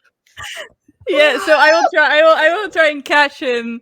And as assuming that I reach him, then in time, if I yes. go, yeah, okay, I will try and catch, and then I will immediately, as I hold him, cast fifth level cure wounds. You fly down, your entire flight shrouded in the shadow of like this like dark storm, and as you just like disappear out of sight for a moment, you like fly straight down to intercept the plummeting splat, and essentially you fly right underneath and you like Superman catch him. Yeah. And he is way bigger than you, and like it completely stops you in your tracks as you catch on to him. And as you're like just like holding on, with one hand you just like place it over his wounds and cast cure wounds. Yes. Let me do math because I rolled real good. For sure. That is once the. That Oh, was why wouldn't it Too just give clutch. me the fucking number? I'm gonna Hang let you on. know, if Splat fell down, it would have been a D100 roll, where in Oh. most occasions it would have been an outright death. Yeah, I'm not Okay, so surprised. Splat, I catch Splat, and like it's difficult because he's heavier Yeah. than me. But you healed 34 points, so I think you said they were minus 24, You're so up you at get 10. four, Yeah. Oh fuck. 10, yeah. You just like And I will breathe life into him. I'd like to like Yeah. shout, like bring him to me. Yeah, I'm bringing him back to the wall, like Half movement, you start to like slink by the battlefield. I will Yeah. ask for one. Does my flight come back? Your flight does come back. However, like as you're waking up, Christ still flying you. So I will need one dexterity save. I will say your initiative would have given you advantage, carrying him Okay. disadvantage, so it's a flat roll. Okay, here we go. How do I Come on, come on. heal? It's not letting me heal. It makes me do death saves. What? Wait, let me just look at you. Heal how? Where are you? If you go to the sheet, you put in a little. There should be a little box there. Yeah, wait. I'll just do it. Hold on. Kaboom. Alright, do I have anything on next save? I don't think so. I did it. Okay. No. Oh, you did it? Okay, cool. I rolled it 12. A 12. Try like you like while doing all of this, you're still like in the middle of a battlefield. There's a lot of shit flying around, and you kind of get tagged by one of the creatures, like just swarming around, and you take 9 poison damage and 11 piercing. Okay, so 20 in total. Yes. Okay. Ooh. Okay. Okay, how are you looking now, health wise? I'm at 55 of 91, so I'm okay. But if I get hit by the big guy again, I might be gone. So Clearly. yeah. So I might try and heal myself. I was going to say, while this is happening, can I take my second shot that I? Yes. So that's what I was gonna say. Run and Aiden, both of you take another shot. You can roll. All right. Obviously, disadvantage. Because for the range. screw this guy. I'm going to cast some stuff on myself. So 21 at disadvantage. 21 with disadvantage.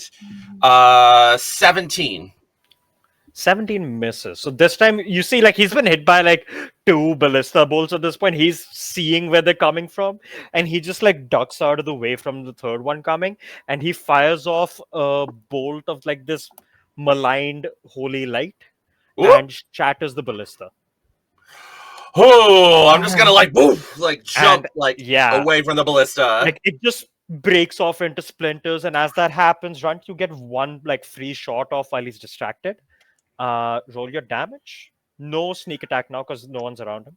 Yeah, and it's still technically part of the same attack as well. I know. So I see. it's 7 piercing damage and 1 acid damage from the dragon Awesome. with crossbow. Yeah, he takes that damage full. and kind of like winces again.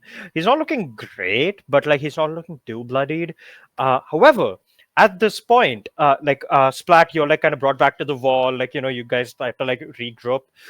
Muriel's still up in the sky in the middle of like the demigod fight, and uh, at this point, you see Barabbas is next to you guys as well. Like he's been like up on the wall as the aerial creatures have been coming in. He's been like smacking them with his warhammer.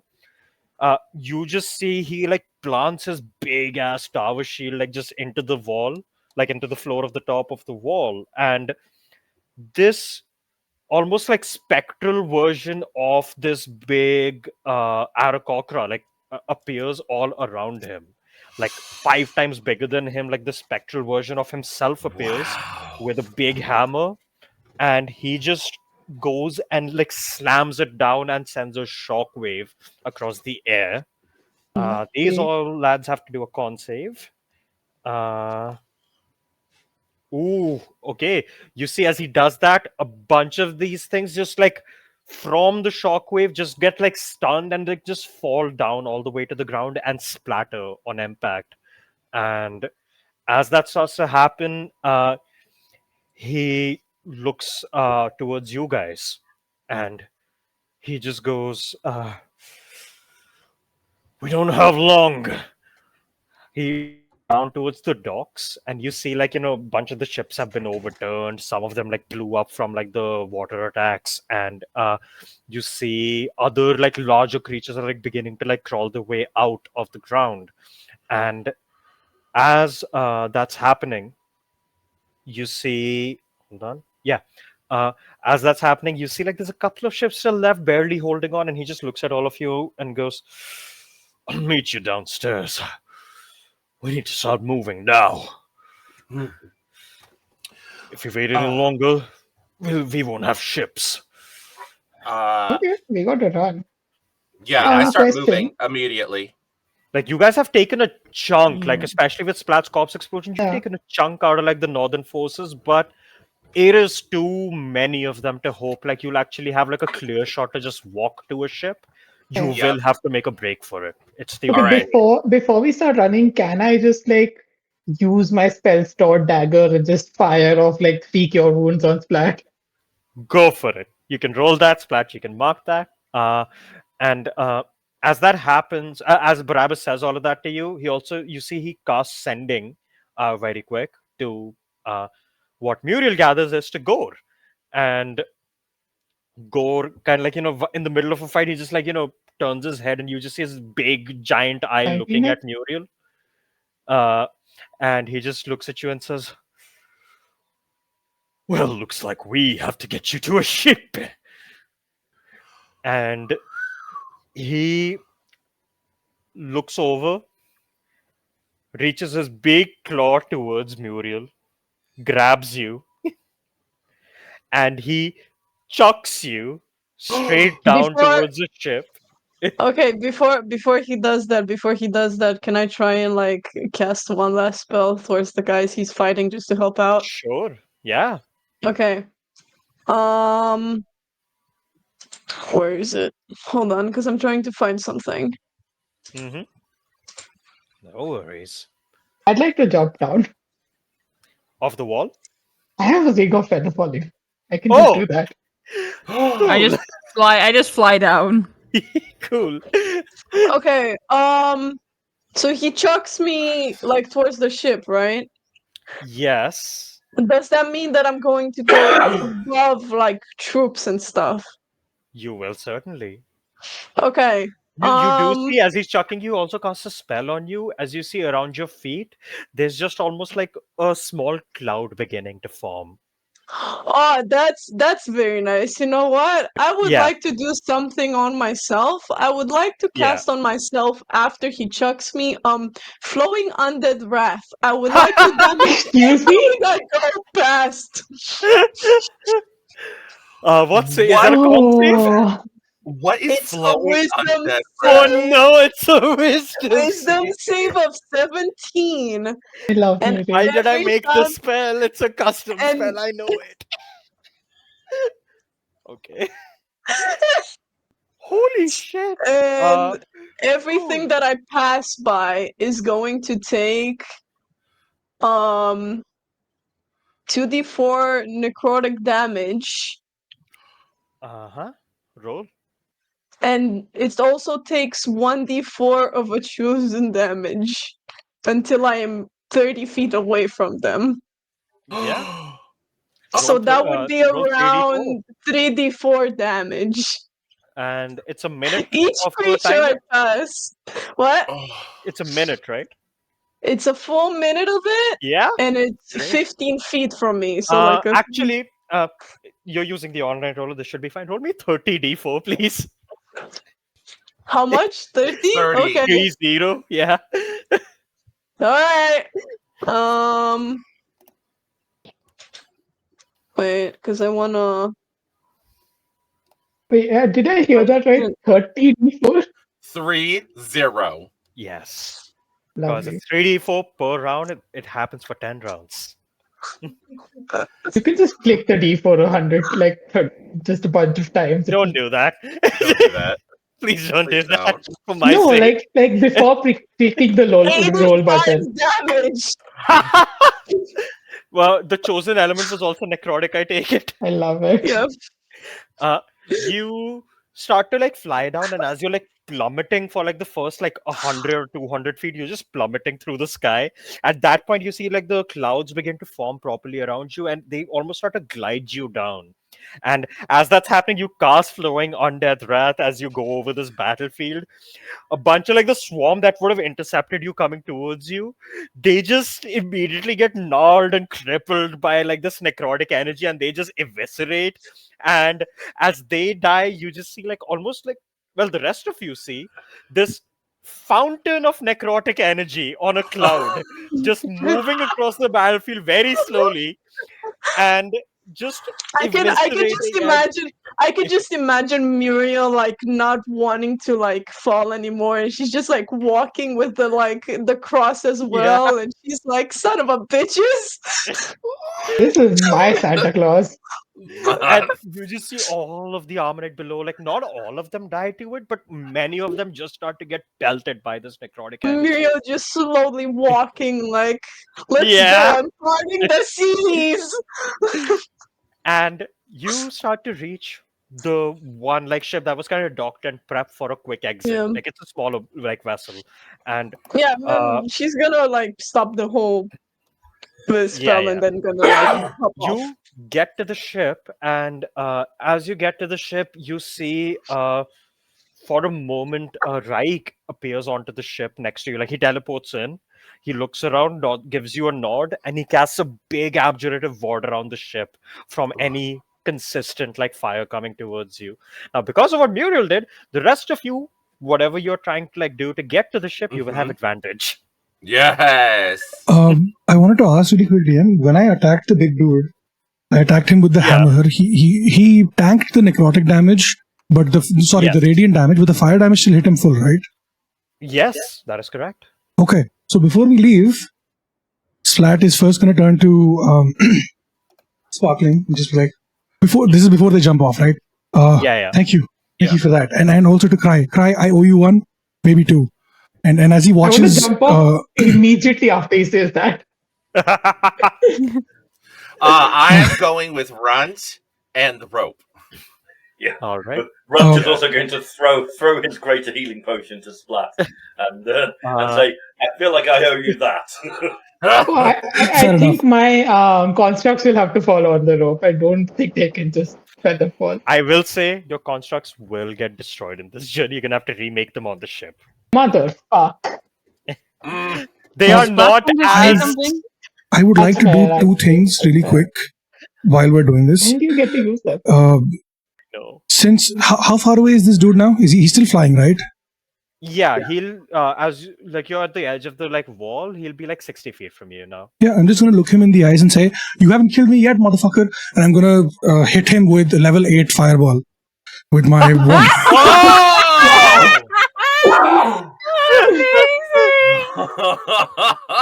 What's the DC on that? It's a 15, I think. Oh, please roll that.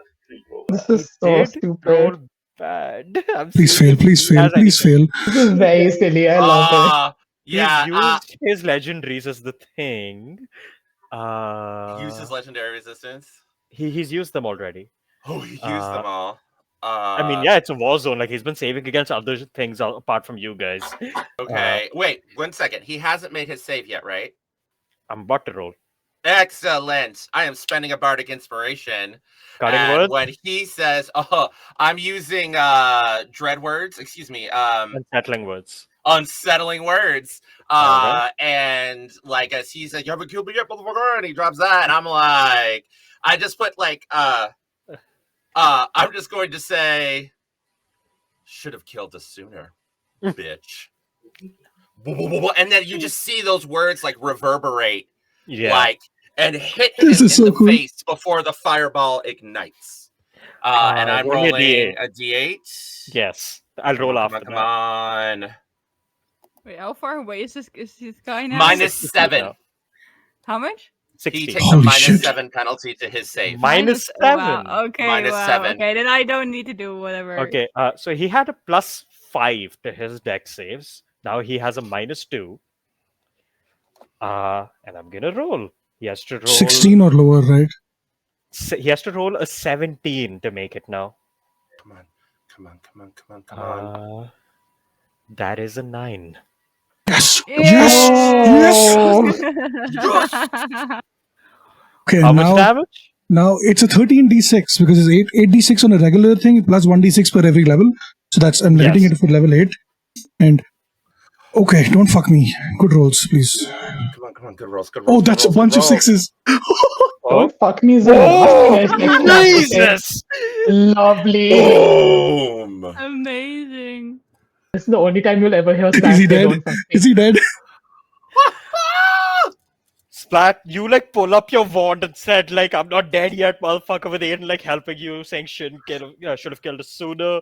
You wave your wand as this like mote of red like light just shoots out to the creature, who sees it coming and is trying to counterspell you. He was just out of range when he had done that though, and he gets slammed by this enormous explosion of fire. And as the explosion goes off, you see a bunch of like the other like flies and all coming in. They also like get caught up in it. And as the explosion dissipates and there's just a smoke cloud like puffing out, you just see out of the smoke cloud one small figure just plummeting down to the ground. Let's go. Let's fucking go. Just so you know, get Amazing. 55 HP. Holy shit. Oh, Man, amazing. You did That it. was You amazing. really did it. You Yeah, did that it. was good. Yes, good. Use your spells, yes. Oh, what do you mean we don't get a long rest on that ship? Of course, yeah, of course. I think I'm just gonna do like a camera spanning battle going like before jumping off the side of the wall, and I'm just gonna like Aiden wants to just sort of take the wounded Splat into his arms and say, "You're my hero," and kiss him before I grab the rope and we go down the side of the wall dramatically. Hold on. So because of which, first run, you were first on the rope, so acrobatics with advantage. You got it. Following which, it's Aiden. Because you're grabbing Splat, I'll say you don't get advantage, but it cancels your disadvantage. So I also can fly. I can still fly, right? how long does fly last? 1 hour, right? Oh, you're good Let then. me check. Wait, double check hour or a It's been minute. like 40 minutes or so. Before I I don't roll, remember if it's 1 hour. if I make No, the fly roll, lasts 10 minutes, will guys. It lasts 10 minutes. You're out of will flight. Well, shit. Okay. Yeah. if I make the roll, will I have been able to move and dash to within 30 feet of that guy as the fireball's hitting him, just so that To I grab can... his soul? Yeah. You know what? I'll say this. The DC is 15 on the acrobatics. If you cross it by over a 7, you can do that. You got it. Come on. And I have advantage. Come on. You got this, Runt.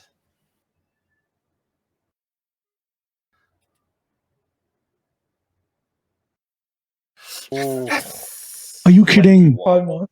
That's more than a 6. So you do make it, but it's a little late on being in range before he plummets. You grab onto the rope and you begin to like slide your way down. Like the rope isn't all the way enough. You start using like the broken parts of the wall at that point, and you start making your way down. In you give me your roll. All right. Athletics, right? Uh, athletics or acrobatics? I'll allow both. Okay. Or either. But yeah. Come on. Actions. No. Skills. Where'd you go? There we go. Athletics. 21, yeah. 21. You also, with Splat in tow, like you all begin to make your way down. Cry, I believe, flies down. Sparkling, you feather fall down. Muriel I'm just has being a already cat. jettisoned there. After you guys all land at the base of the wall, it's still a horrendous battlefield as you begin to like charge your way through this place. Mhm. DM, Everyone just told can me, I, again, sorry to interrupt. no worries. Since what Muriel did basically has left a bunch of corpses on the field again. I will remind you, you are on the ground now. Just letting you know. Yeah, but Yeah. like, are there any corpses Don't do near it. us or? Don't do It's a it. battlefield. There's corpses Don't do it. everywhere. There's Do not do it. everywhere. Don't do Do it here. not do it. From the wall till the shore, there are corpses. Do I cannot not heal do that Wait it. till we hit the Yeah, shore. okay. I can't emphasize No. this I enough. will let you know. I don't Don't think I do can heal it. 200 necrotic damage. No. Yeah, no, let's not risk it. Yeah. Let's not risk it. No, it's Uh, not a risk when you know it's going to go bad. Like even It's on just a a bad successful decision. save, you will take a bunch. But yes, So once I get to the ground and put, Yeah. maneuver our way down, I'm going to Gandalf this and put out my sword and pull out my magic staff. you're just pulling And the just mini spirit. Yeah, boom, and like cutting a bloody swath for sure. at the front. Yeah, to which end, everyone but Muriel roll me a flat d20. This is basically to see how unscathed you make it through till the ship. Okay. I'm flying above the thing. Uh, Wait, how far can I? Hang on. How far? Even then, it would still be a roll because essentially there are things that are flying here as well. Yeah. This is more about how Okay. much can you avoid, how much do you cut your way through. What Yeah, did I okay, need to we're roll dead. again? Just a flat d20. 12. 12. Also 12. All right. 17. 17. Sparkling. No. Void. What did Do. you roll? 2. Splat. Got a 3. Runt. 12. 12. So you see Aiden, Runt, you guys see like, these wounded at this point, like, demons all around you. You're surrounded in a horde. You're cutting your way through. You're shooting anything that gets in your way, ducking past artillery fire, like, because there is still fire coming from your wall that you have to Yeah. dodge through. And you're like kind of making your way through all of that. And as you're just like going through this whole succession of like this long drawn out, like just charging fight, each of you takes 12 damage in total. Okay. Try you in the air are basically using your Twilight domain, like the shadows, to kind of like mask yourself. You're avoiding fights more than like charging your way through them. Oh yeah, And- Cry is like if anyone's paying attention, Cry is not trying to fight. They are trying to make a break for the fucking ship. Exactly. You're just like ducking, dodging, Yeah. shaping the ship, and you take 5 damage through the whole thing. Sparkling and Splat, you are immediately like, you see these guys cutting through, you start following and after them, but there's just so many, you realize you also have to cut your way through them as well. Sparkling, without your constructs being able to follow you down, you feel very like defenseless in this moment, and you still manage to like, with your spells and infusions, you kind of make your way through. Plus you have your allies helping you here, but you still get like, hit by artillery and stuff you don't see coming. Like you're not used to the front lines, and you take like 24 damage. Splat, you are fighting your way through, but you're getting winded at this point. You see, after like the angel fight, you've been impaled like once, you've been beaten up by this like angelic spear a bunch of times. Now you're just like, hanging on and like just fighting your way through, but you're like running out of breath. And every time you kind of stop to take a breath, someone gets like a free slash in you, and then you like, fight back and keep making your way through. and you also take 24 damage. Ooh. And essentially, group check wise, you guys pass, so everyone makes it through. No one gets like held back in the horde, Okay. but the damage still gets through, and you guys, fight your way all the way to like the broken down docks at this point, and you kill the things on board. At that point, I'll say it like if Mural wants to say no, she can, but I would imagine Mural's also like at least chucking like Eldritch Blast and stuff at things around the ship. Uh, If there is any need to, yes, I can. I can do much more than just that. I mean, up to you. I just said like the quote unquote like default attack variant of that Yeah. thing. Yeah, but Eldritch Bursts, Booming Blade, Yeah, you just more anything that's lightning. getting close. Boom. At some point, she got bored and she's like, wait, because I'm not all unholy. Puts a sacred flame somewhere, Oh, As you're doing like this like mix of like 4 different schools of magic, right? Kind of looks at you like just like a little surprised, and then he just goes, "This will do." And he like as he sees the rest of the party like coming to the docks, he just looks at Burial and goes, "I will see you on the island. I have things I must take care of." And he just like, "Oh!" And like he raises his staff and like just slams it down on the ship, and he disappears again. Like teleports away somewhere else. Now he has style. And What are you supposed to do? Speaking of style- We have to, drive the ship? you guys will have to man the ship. Yes. Can I do it? Sure. You are a spellcaster. You can try. Yeah, good thing Aiden and Sparkling learned how to do this the other time. Don't let them do it. Get onto the Let ship. Muriel do it. Like The what? you all clamber onto the ship. You see, even as you're getting on, there's like demons right behind you getting onto the docks. Docks are being broken down. You see coming out of the ocean like this big, like serpent-headed like creature comes Oh, out and no. starts spraying We are- lightning down. we are, Not of you guys at the wall. At And the wall? yeah. And Um, you see these things happening left, right, and center. Even as you're on the ship, it is rocky as all hell. And what was Splat saying? I was saying if we start to leave the docks, if we start to move away, I'm going to look at the edge of the dock about 60 feet away from me, and I'm going to cast Corpse Yeah. Explosion again to set off a chain reaction while we leave. As the ship is What? sailing away? No, Yeah. Okay. you'll Yeah, kill because- people. No, So because first- there's still a horde attacking the gates, right? So my goal is Yeah, to yeah, take yeah. them all out For sure. while we escape, or take as many out as we Yeah, but can. you're gonna take more stuff out again. So, firstly, Muriel, I will need an Arcana check from you to get the ship working, as you said you wanted to run it.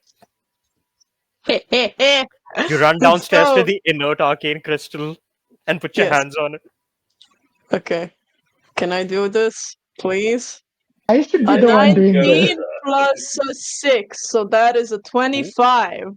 25 will do it. As you guys get on, like even as you're climbing up, you see the ship powers up and just starts to just go straight ahead for now. At some point, someone will have to take the helm, but for now, it just starts at least heading out of the dock. I think Sparkly is gonna shout out, "Hey, I was gonna do that." Well, you should definitely grab the helm then. But Uh, you I can, guys at least, would feel I like, can at least be a running battery for this thing, I oh! That's fuck. You guys start to get the ship in order a little as everyone starts Yeah. setting up. Splat, you run to the back of the ship to one of the corpses near the dock side, and you cast Corpse Explosion, and you see this chain of corpses again just begins to explode out in viscera everywhere, and it goes and goes as you just as you're heading away. Behind you on the coast itself, you just see a cloud of blood kind of blocking your vision for a Nice. moment as that many explosions begin to go off. You don't really know what happens on the other end of the wall there, but you know for a fact, just because of how the spell works. Again, you killed quite a few, about 100 kills off of just that cast, and you begin sailing your way away, leaving essentially in the middle of war besieged Emerald City behind you, as the rest of your companions are holding the wall as best as they can. You see, because of just gore size and the scale of the battle happening above, probably even when you reach Emerald City, that's still going to be happening above you. I think the moment they leave, Kai is gonna is like going to find a quiet corner and sit down and like have their hood and just over their eyes and just sit there and just Uh-huh. like just trying to process what happened, but mostly just feeling anxious. Yeah. And just sort of you see just sits there in a corner just with like a hood over their eyes. For sure. You Really kind of funny. hood up. You do see though, like even like as you like kind of like finding a corner, you do look around. The ocean here is very turbulent. The waters are like nearly pitch black as you're getting closer to the distant island you see on the horizon, even through the storm. And honestly, as you're getting away from Emerald City, you do realize the rain stops. It seems to be very much localized to the city, almost like a spell, like last time. And as you're heading away, you know the waters here are dangerous. You see off in the distance like large looming shadows within the waters of like enormous abyssal deep sea creatures, like just looming in case this like sense anything. And I'll say all of you, other than Mural, because Mural's like lower deck right now, would like notice these creatures take notice of your ship just like brimming past. But just as that is happening, you see this creature like rear its head. It's like this big, malformed serpentine head with like tendrils and tentacles coming out of it, many sets of eyes, as it just like breathes out like this arcane light, and it starts to like look down towards you.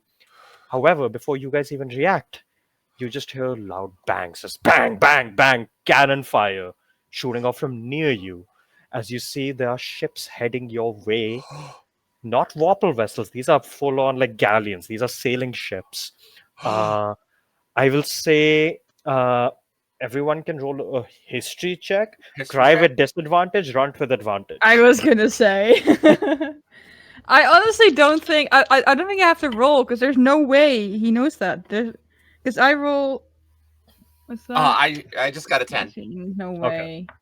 I'm gonna choose to fail, just Go for it. because it Yeah, doesn't that's make any absolutely sense for fine. them to know. Yeah, yeah. 21 per row. Grunt, you recognize a lot of these ships are flying different flags. Like not all of them seem to be part of like the same like fleet essentially.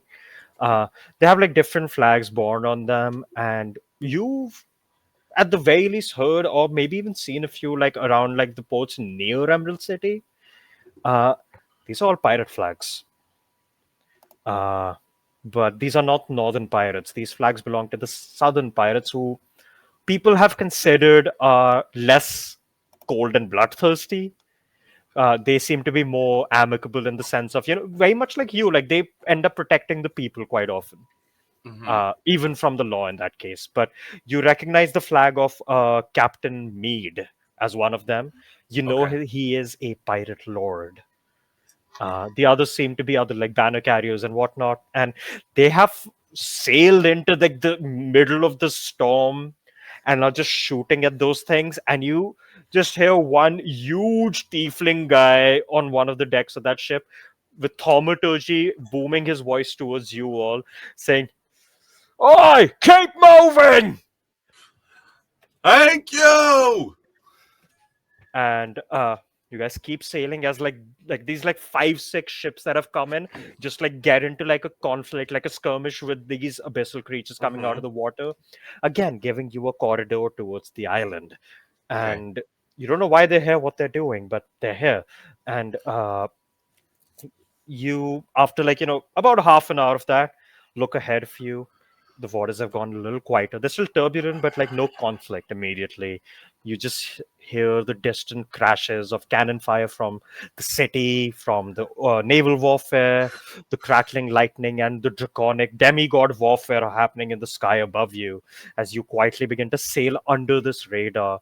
And you see the island of Barnacle Bay just a few hours away from you. And as it gets into the horizon, you see all of the trees on the island are dead. You see, like, you would have probably been to the island at least once in your life. when you saw it, it was a vibrant, like small little island with trees and shrubbery growing all over it, with different temples dedicated to different gods all around it, and almost like a small like village kind of carved along the center of the island, a very ancient looking village. From the distance here though, you see dead trees, uh, calm, cold waves, not a sign of life all around the island. The grass itself seems to have died and turned brownish black. And a few of the like smaller buildings near the coastline you would be used to seeing, they're just gone, like fully destroyed and decrepit. You have no idea what happened here, but it's very quickly changed the topology of the island. And as the island looms closer, it's been long enough, and you all feel one sense dreading on all of you, which you haven't since, the charge and being busy, and that is dread. Whatever dread everyone holds differently within you, it immediately leaps right at the front of your mind as you see the island. And that is where we will leave our session. Holy shit. I need a long rest. Yeah, I'm same. gonna let you know you aren't getting a long rest, guys. I need to cry. I You just can need a try, short but- one. Like, not I just not need a a short cry, like one. a cry. Oh, I see. Oh, Short rest I will allow. Yeah. But Okay, I will take a short rest for hit points then. I'll do that. exactly. yeah. As you're as we close there, next session we will be dealing with the heart of Barnacle Bay. I will warn the players in advance. That session may go slightly longer depending on combat, Of course. so be prepared. That's- As for the Yeah. viewers, next session we will be heading right into our finale on this, and we shall see what becomes of this abyssal incursion as well as all our lovely heroes here.